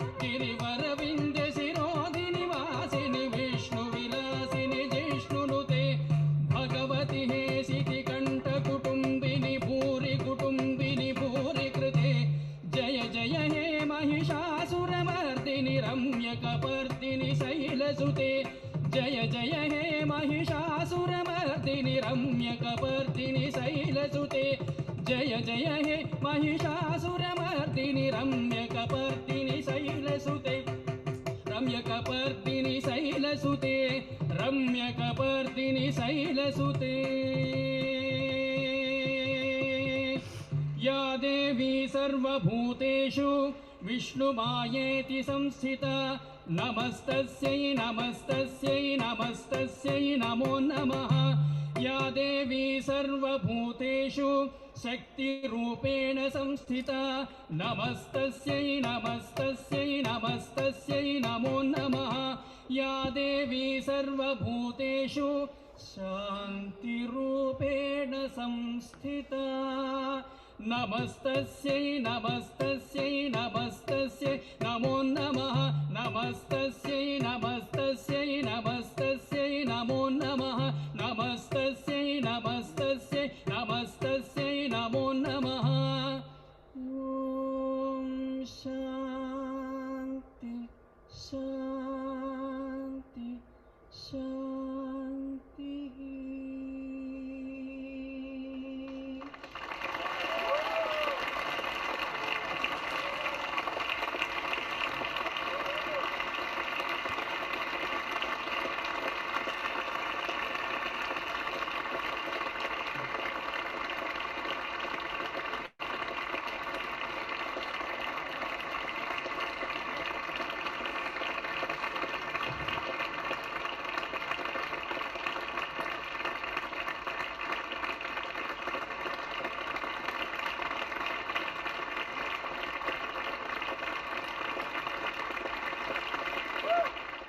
Before she Maybe that deserves a moment or two of silence or some response.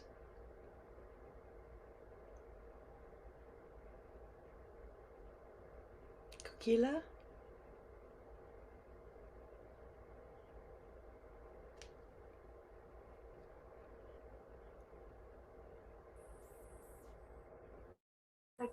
It was an inspiring act actually. It shows of all kinds of the expressions. Yeah. I saw that on your face. Ma'am, it was really great seeing dancing and doing a picturization with dance. And it is part of our culture, and that's a very proud thing. Like you said, culture is also getting unaware and it is going on missing. But if we use our culture also, it will be a sense of community feeling. It will make us together, and no one will not be fearful to speak out because our people, our culture. It was really nice initiative, ma'am. In that video, we were able to grab a lot of information from the video, and it was really inspiring seeing that dancer to again get from deconditioning to conditioning, mentally, physically. It was very challenging for that dancer also. Really great. Ooh, yeah.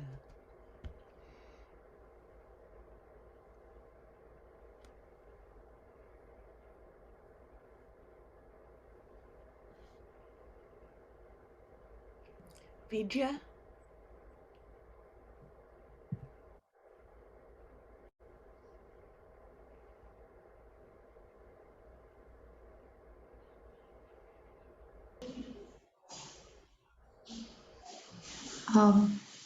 I'd like to share Mansa.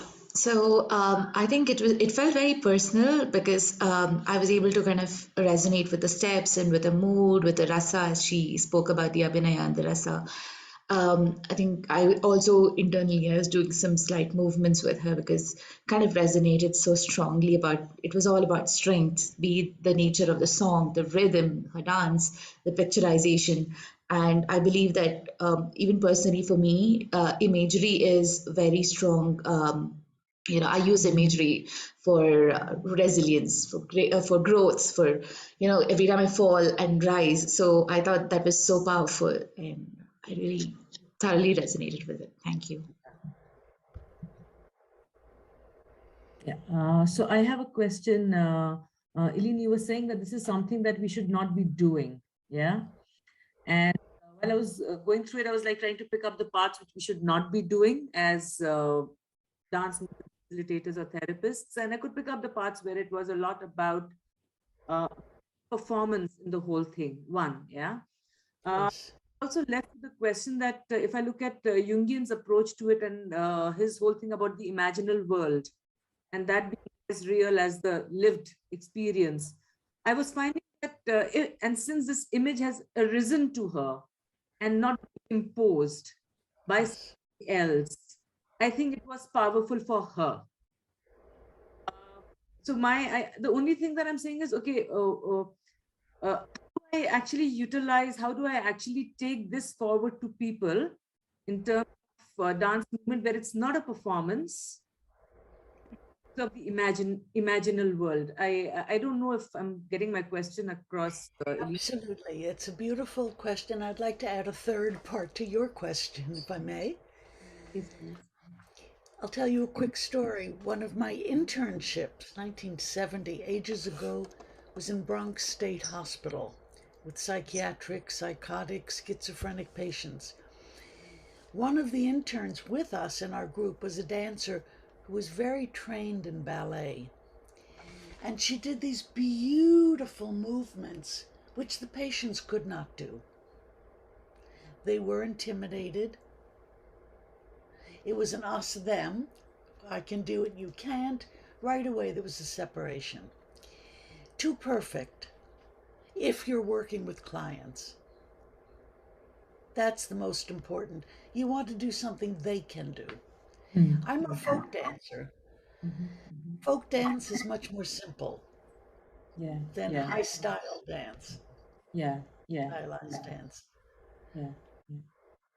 So, sorry. Well, no, I was going to say it depends who you're working with and the setting and so forth.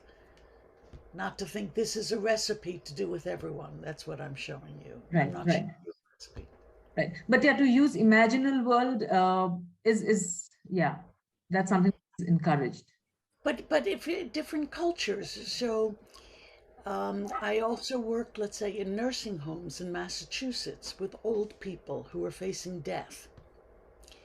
Most of these, they were mostly ladies at that point, had come from England or Ireland. The music that I used was Irish fiddle music. The prayers that they said were the prayers they learned as children. When they were children and their mothers taught them not to be afraid of the night and of dying. And it was about Jesus Christ, figures they identified with it. That's the cultural specificity part. Right. That's the not imposing part. Yeah. Know your culture, know your setting. Don't be perfect. Don't be too beautiful. Yeah. Yes, right. Thank you. Sure. And sorry. And I think with the classical dance therapy, format, the whole idea that religion should not be tied with dance therapy was something that we had trained with. That don't bring in any religion into a dance therapy session. But now I think slowly spiritual traditions are making their way in. People are much more open about it. People, in fact, want to explore spiritual traditions, perhaps tied to religions in some way. And so that's an interesting development, I think, in the field of dance therapy, and would love to know more about what you think, Eileen. I would love, that's a perfect segue. Is it Tripura? About 2 days ago, I'm now becoming part of something, and again, please write me and I'll send you the link. It's called, well, two things that I'll send you. One is called the Interfaith. It's a sacred dance guild. Started out as Christian. They've reached out to other religions. More and more people want to do this. I agree with you, the early days of psychoanalysis, psychotherapy, religion was a science and not a religion, and it had to be separate, etc., etc. people are so hungry for it now in so many ways. On the other hand, you have to be careful not to impose your religion on somebody else, not to use your mythology on someone else, etc., etc. So, given that, I think there's more and more of a need for it. And the other series that I was part of was from, it's part of the United Nations, is something called UNESCO, and they have the CID, Creative Something in Dance, and they've just had a series on sacred dance, which is very new for them. It's very wonderful, people from different traditions, but the demand around the world is growing if this is coming out of the United Nations too. So, from my bias, I would say that the bias against religion or spirituality is more of a Western bias. And if we want to be relevant to other cultures, we, therapists, need to be open to what has meaning for them. And it is growing.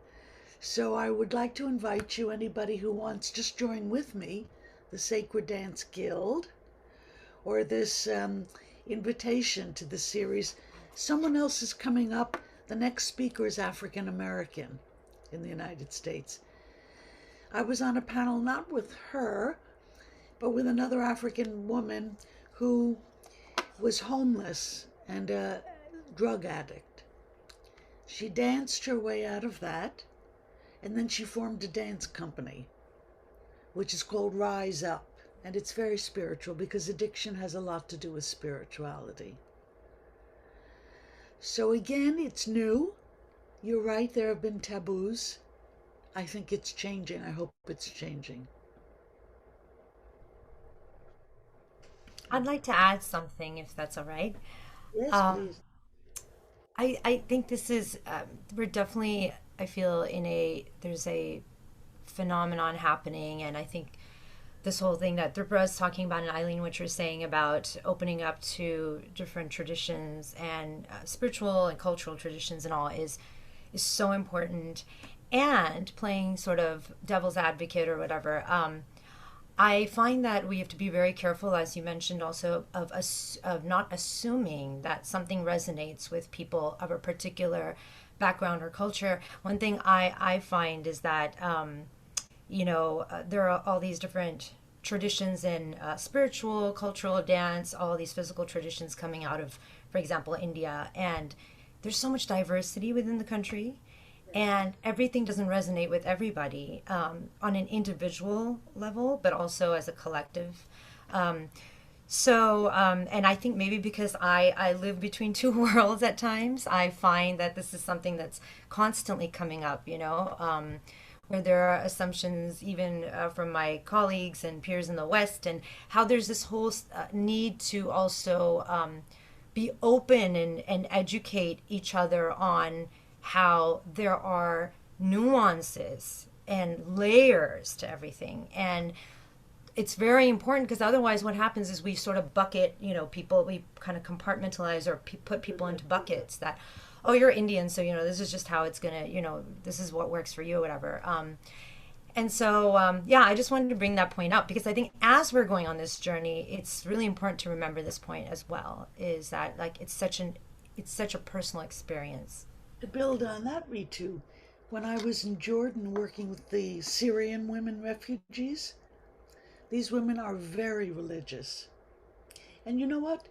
They didn't want any music in the room. For them, music only goes with certain very religious functions. And they thought it's offensive to play music in another way. Mm-hmm. Yeah, it's a perfect example.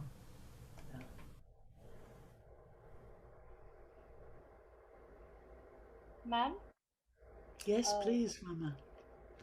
Ma'am, like the video you showed, it was a performance of a professional dancer. But you said we have to do a simple movement. We have to simplify to do any therapy session with the clients or people, normal people who are non-dancers as well. So can we just use simple movements of that dance form and try putting, for example, for fingers or something, I can use opening of a flower or closing for the exercise, physical trauma kind of thing, physical strain and all, or for the movements to improve the range of motion or something, I can do the only one aspect of the step, one part of the step. Can I take that simple movements and can I implement it? Is it That's possible? that's perfect. And to take your example, Rama, the opening and closing, Ermgard would call that or I would call that a movement archetype. Because Okay. everything in life opens and closes. Flowers in the morning close up at night. We open to loved ones, we close up out of fear. So people, if it's abstract, people can write their own stories from it. It gives a simple structure that has enough space that people can interpret it and embed their own meanings in it. Yes, ma'am. Ma'am, because even I am a classical dancer, so I know there are three aspects: nritta, natyam, like dramatic element is there. One is pure, like dance movements are only there, movements of the hands, and one is abhinaya. So instead of using those music, can we just tell them to enact like normal things? I'm picking up a phone, not working, phone is not working, I'm opening a door, basic lifestyle moments. Can I incorporate that moments and try making them communicate with each other? Like knocking the door, calling Yes, someone. yes. When I worked with teenage boys in New York City, and we would do, you could call it rowing a boat, but when you ask what's the metaphor, it's making pizza. So we all made pizza together. And then the story, what are we going to do? Well, we're going to eat the pizza, so let's all eat the pizza. Oh, my tummy hurts. Oh, and then the story, like we did with the poem, keeps developing together. But it's their references, the Yes, ma'am. meaning In together. context to their lifestyle moments, their lifestyle, their cultures, Exactly, everything. exactly.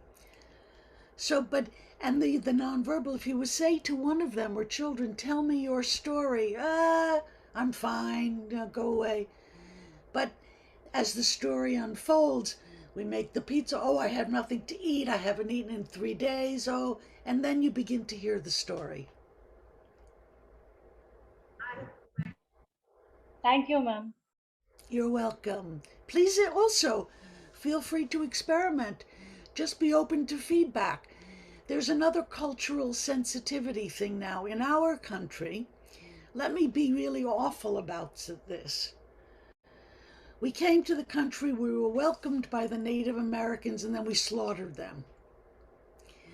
And then we took their culture and we do all kinds of cute things with their culture. They call that appropriation. We pass feathers around.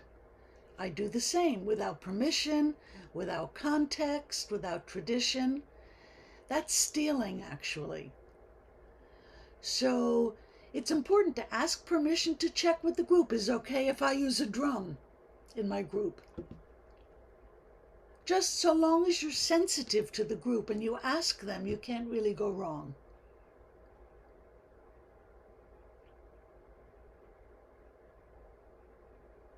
Yes, ma'am. This won't hurt their feelings also. Like their religious beliefs won't get disturbed.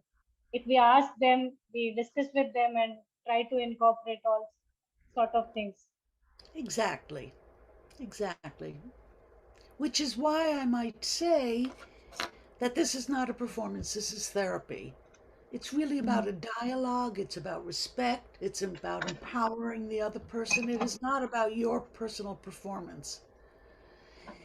On the other hand, her performance was so authentic that it empowers the audience. That's the difference. She's not just showing how beautiful she is.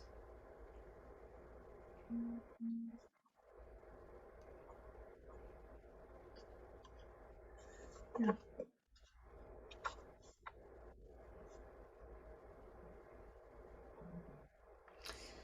Do you feel like trying one more breakout group with a different theme? You up for it? I think so. We only have room. I thought we'd do all four, but obviously not. Let's try, what's a good one to choose? Just a second. Mm.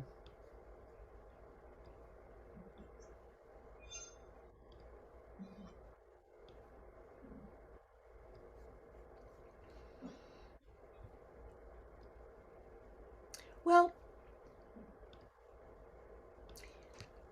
how about we make it a surprise? Choose one of the three you didn't do as a group, because collaboration is part of it. Make a decision among yourselves. If you worked with time, either work with space, or up and down, or existential. Decide which one attracts you as a group, and just explore it together. Think you can do that? Choose the theme, work with it, document it. All right, Preeta? Shall we just go from there? Where'd you Yes, go? I'm here. There you are. You're in the corner. All right. So I send them back to the same breakout rooms, right? The same Yes. group? Yes, okay.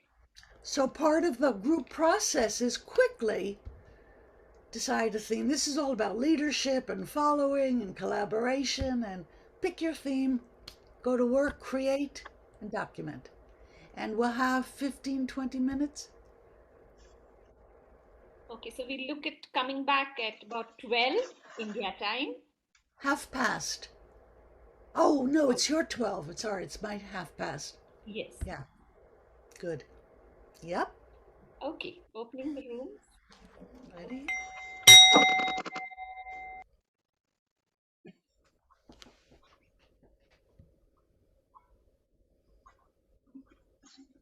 If you could just, raise your hand, or even use the raise hand option, it'll be great. Yeah, thank you.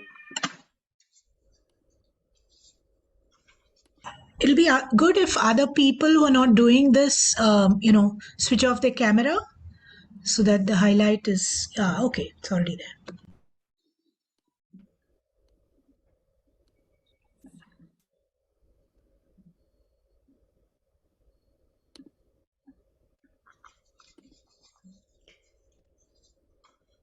I'm going to ring this, and however you want to start, go.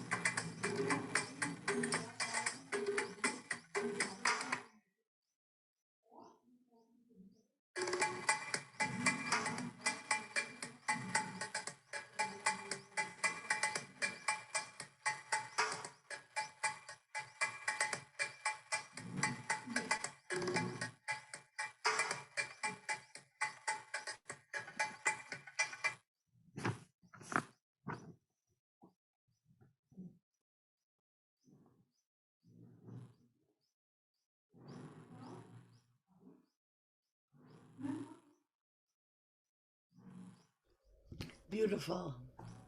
Thank you. We have taken time. So the beats and the slow and fast beats and how it affects our body. So each one's we did separate our own drawing in whatever way each one has represented. I think that came across very clearly. I understood right away what your theme. Beautiful. Is it all right if we move to group number 2? Preeti? I guess Yes. raise your hands or... Yeah, group 2, if you could raise hands. The others, please lower.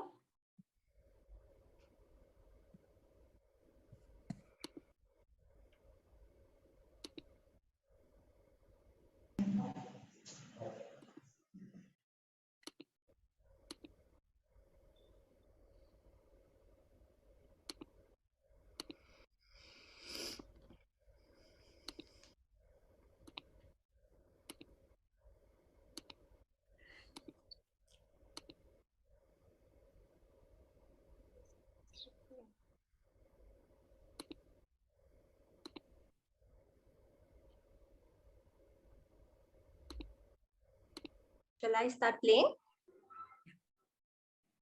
If I can be heard, then I'll talk. Otherwise, I'll do it later.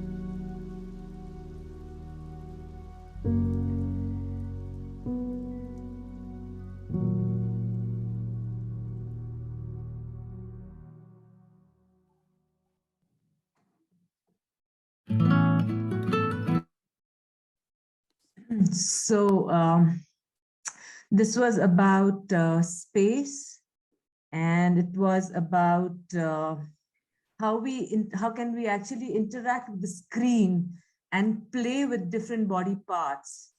Yeah, and the movement of coming in and out, how that creates a certain focus, and how that creates a certain kind of a holding and legitimacy to the different parts. And apart from the aesthetic beauty, is just that sense of grounding which this brings in. And when we were discussing, it was a lot about space in terms of the mental space, the emotional space, the intra space, and what's in between the spaces. I think, yeah, antardeham was the term that was used, the antardeham experience that is there. And it was about the breath, the bones, and the cells, and how they respond in the space. How do I navigate spaces and spaces in relation to relationships? How much how much of it is coming forward and going backward? What kind of movements do we have in relationships, with the world and with ourselves? It was also about, the squares that we are in right now, and how can we actually interact in these spaces while still being apart. And something about visibility, and what does visibility mean to us also. And this is something we just came up while we were doing this thing. And about resilience, and how resilience actually comes back, with this of coming back and going forward, how resilience plays a role in that. And staying rooted with the parts, staying rooted with something for a longer period of time.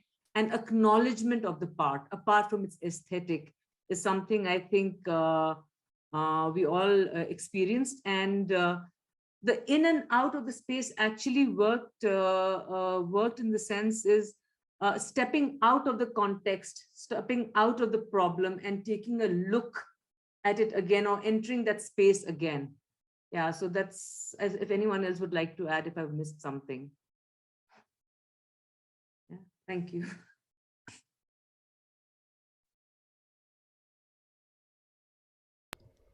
Group number 4.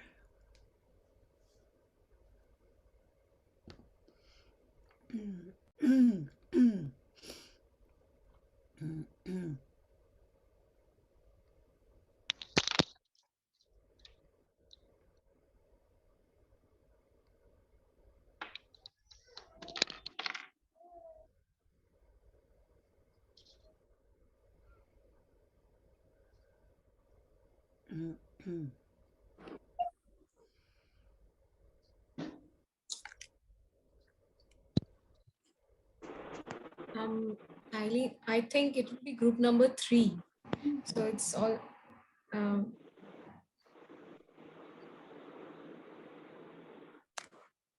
Since she spotlighted us, should we go ahead and let group number 3 go after? Yes. Yeah.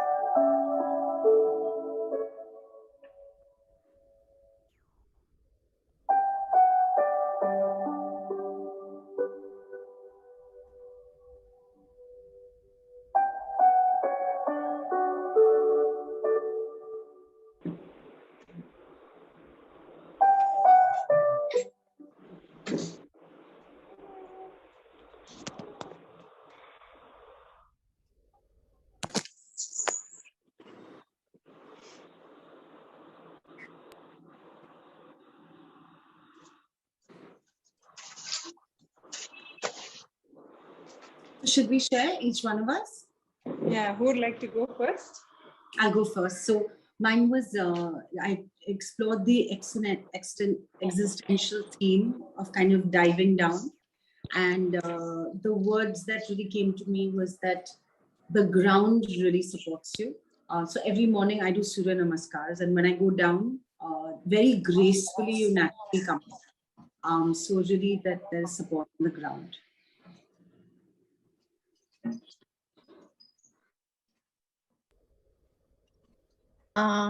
So for me, we explored the existential theme as well. For me, it was a lot of spirals and a flow, which was rooted deep down. So like I went from up to going down, being rooted. And even with the perpendiculars, I felt that and just wanted that to be everywhere, which is just going round and round and never ending.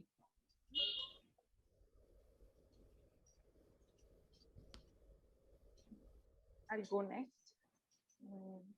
So we took existential and space as a theme to be combined. And when I started with the flow of the music, I felt like, a seed that pops out of the ground and slow and steady, it grows, it grows, even with, the waves, the air, that when the blows, it shakes, and then it grows again, it grows into a big tree. And when it grows into a big tree, I came into the space wherein I could, stretch my hands out and like really, really stretch it far so I could help people in. And when I again came back again, I came close to myself. I knew I was with me, and then again I could stretch out. So I was in and out, and it was really nice.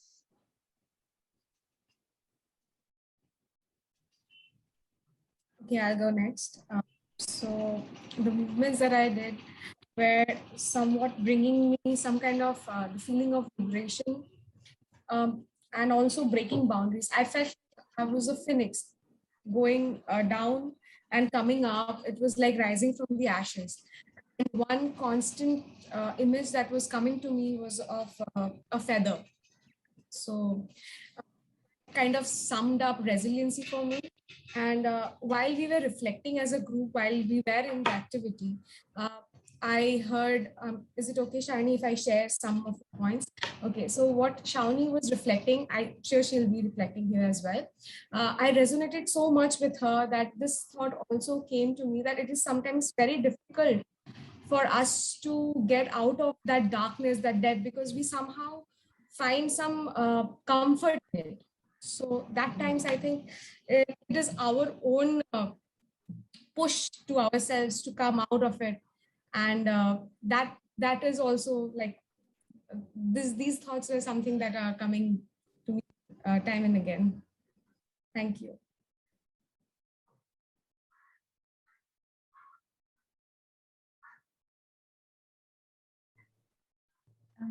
Since you... So I can share. Okay, sorry. No. Go ahead. So I can share. For me also, it's slightly similar to what Somoshri and Shalini were talking about.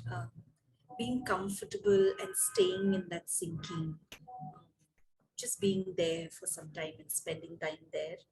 And eventually finding my roots, finding strength, challenging norms, and offering, receiving, and then just staying with that. So that is what it was for me.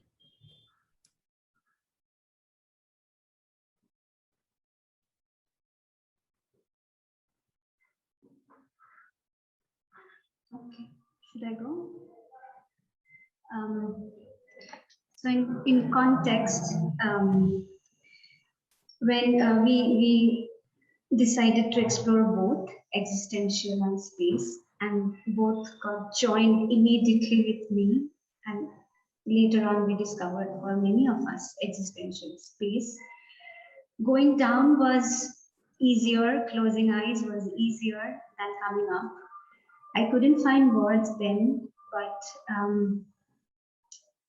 my gratitude to this group, to our group, which we spontaneously decided for a moment of silence rather than talking. And that is a very significant space for me today that I realized. This space that we can provide by not exactly defining the space by any markers, yet we gave that space. So this is like a beautiful realization for me now, and almost it's therapeutic. I could find words in that space that you provided for all of us provided for each other. It was so I would like to just share the first reflection that I shared with the group too, and the words following Shomosri and Jyotsna and how they put me into context was exploring the bardo, exploring my bardo, comfort in closure, labor of rebirth, and labor of resilience. That was very strongly felt. And in all of this, there was this sense of space that was part of the exploration, that was guiding the exploration, guiding the existence, and guiding probably the way to forward this square space and our individual space. It's a beautiful labor. Thank you. Jayesh, it's your turn.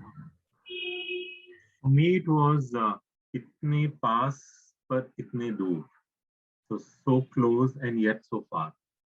That is the theme which came up for me as I moved my body from a space perspective. And I liked after Shawnee's sharing, we were all very comfortable as a group to be together in silence. So how as a group we were all okay to be in silence is something which I cherished. Thank you. Sneha is also part of our group. Sneha, do you want to share something?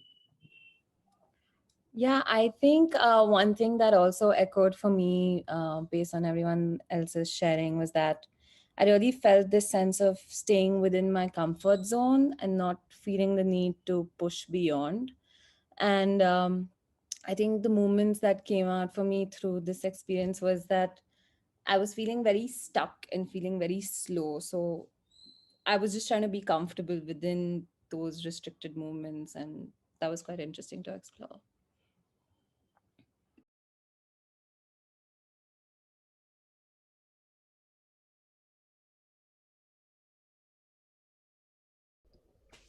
Is it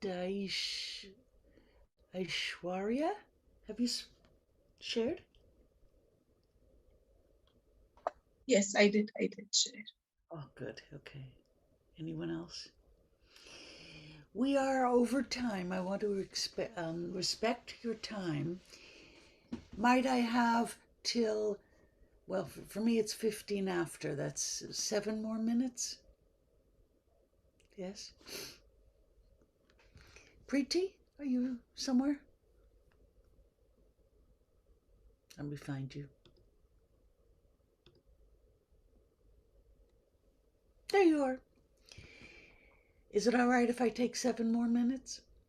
Sure. Is it okay with everyone? Yes, absolutely. And before I go, let's remind that there's keynotes tomorrow. This is only the beginning. Maybe you can send the chat out so we can stay in contact and all that. Okay. What I want to share with you is only 3 minutes. Yes. Group 3 hasn't done as yet. Okay, I got 3 mixed up with 4. Shall we?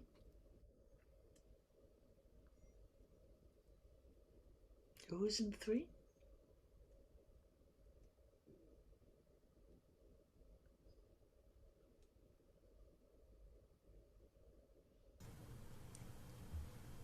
think we'll be quick.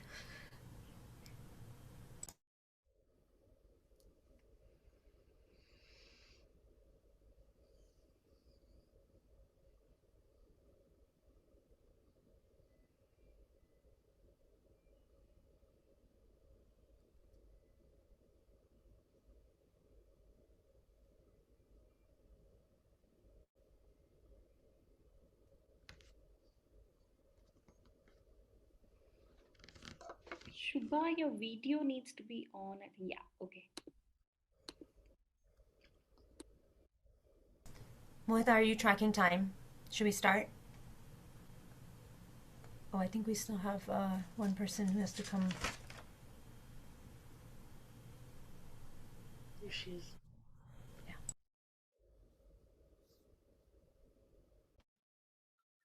Let's go.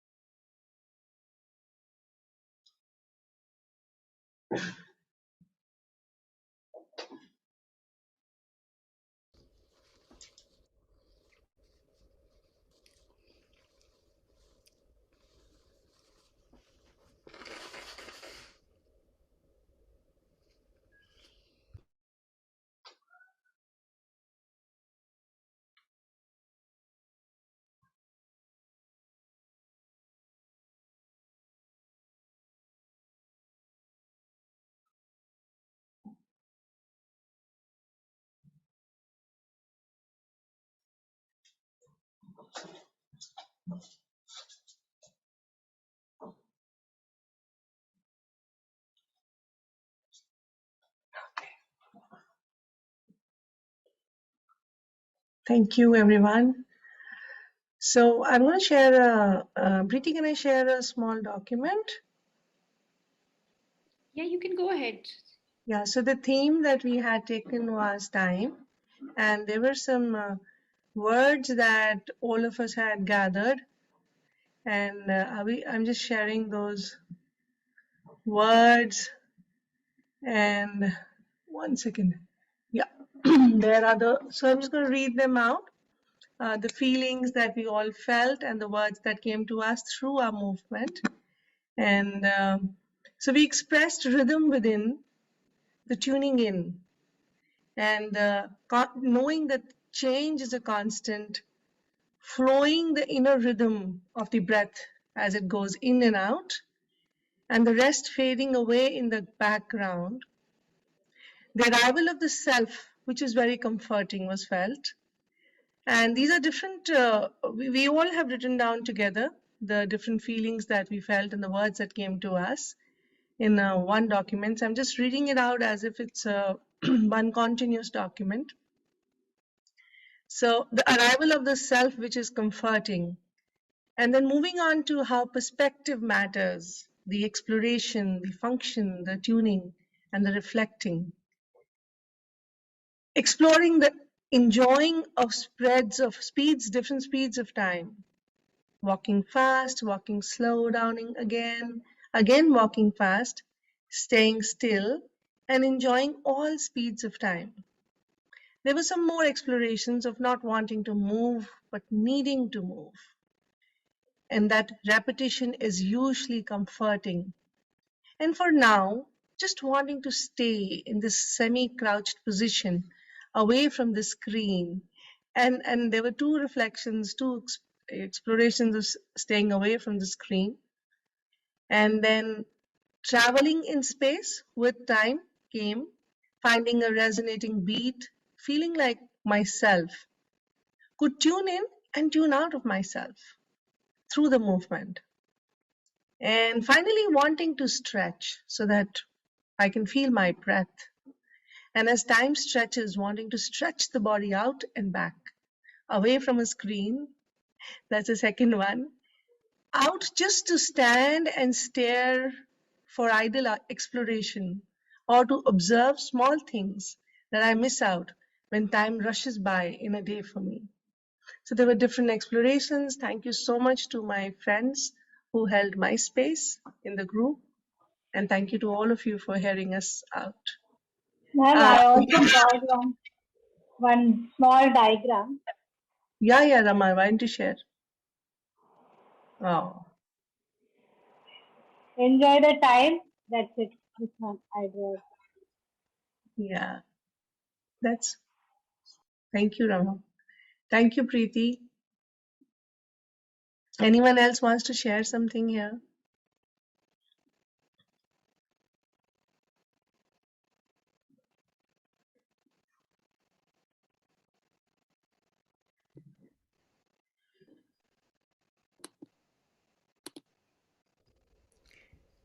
May I screen share now, Preeti?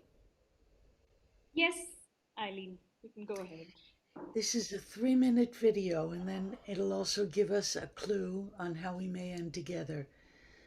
So I think I shared with you that during when COVID was so intense in India, and I was working at that point remotely and learning about Zoom.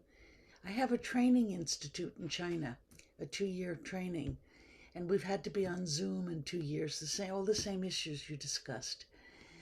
They were so touched by that.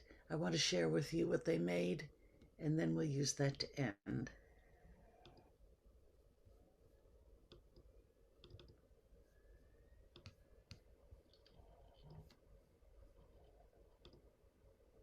You can see?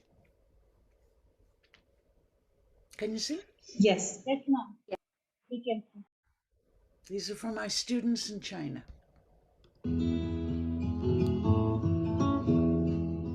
Hello everyone, we are a group of therapists from China. We are sending you greetings. To those who are fighting in India and who are fighting in the coronavirus. 大家好，我们是来自中国的治疗师，我们向印度在疫情当中的朋友们送去祝福。我们是秦芳老师、扎古老师、山地老师、桑巴老师、花然老师，我是 Grace。We'll be singing you a song of blessings。我们会给大家唱一首歌，祝福你们。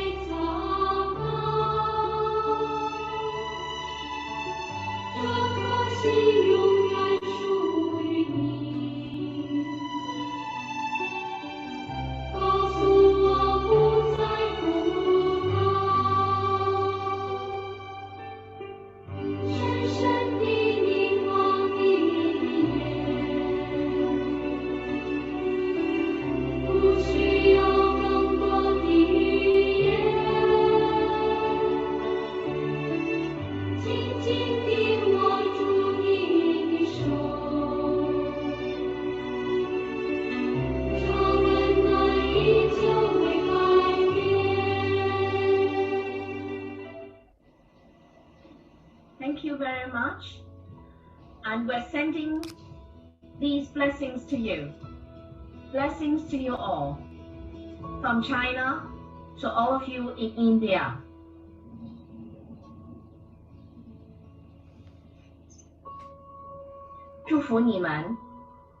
Blessings to you.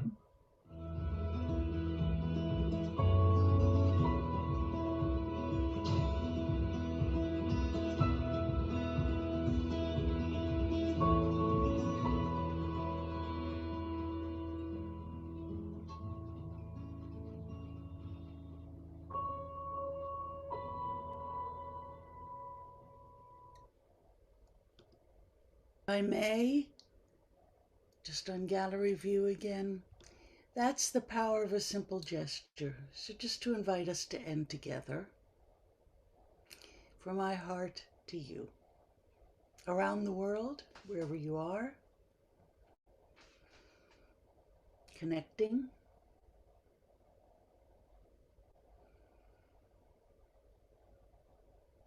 building connections, continuing the work. See you again, hope to see you again.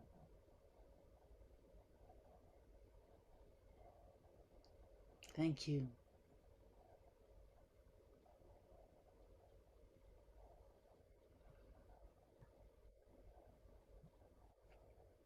Bye-bye. Bye, ma'am. Thank you for the wonderful session. Thank you. It was wonderful. Thank you. Thank you, Eileen. I think Thank that you was all. Bye. a wonderful session. I just request you all, we have a feedback form. It'll be great if you could fill it up. Just pasting it here, but we will also send it via email. So please fill that in. It helps us bring more wonderful, presenters like Eileen. And thank you so much, Eileen. I can see the faces, and I think that tells it all. The smiles. Thank you so much for this wonderful session, and we really look forward to your keynote address tomorrow morning. Please, all of you, please join us. It starts at 8:15, and Eileen is one of our keynote speakers. And then we continue to our session. So see you all tomorrow. 2 more days of experiencing fun and, of course, a lot of learning. Thank you. Preeti, thank you. Thank you.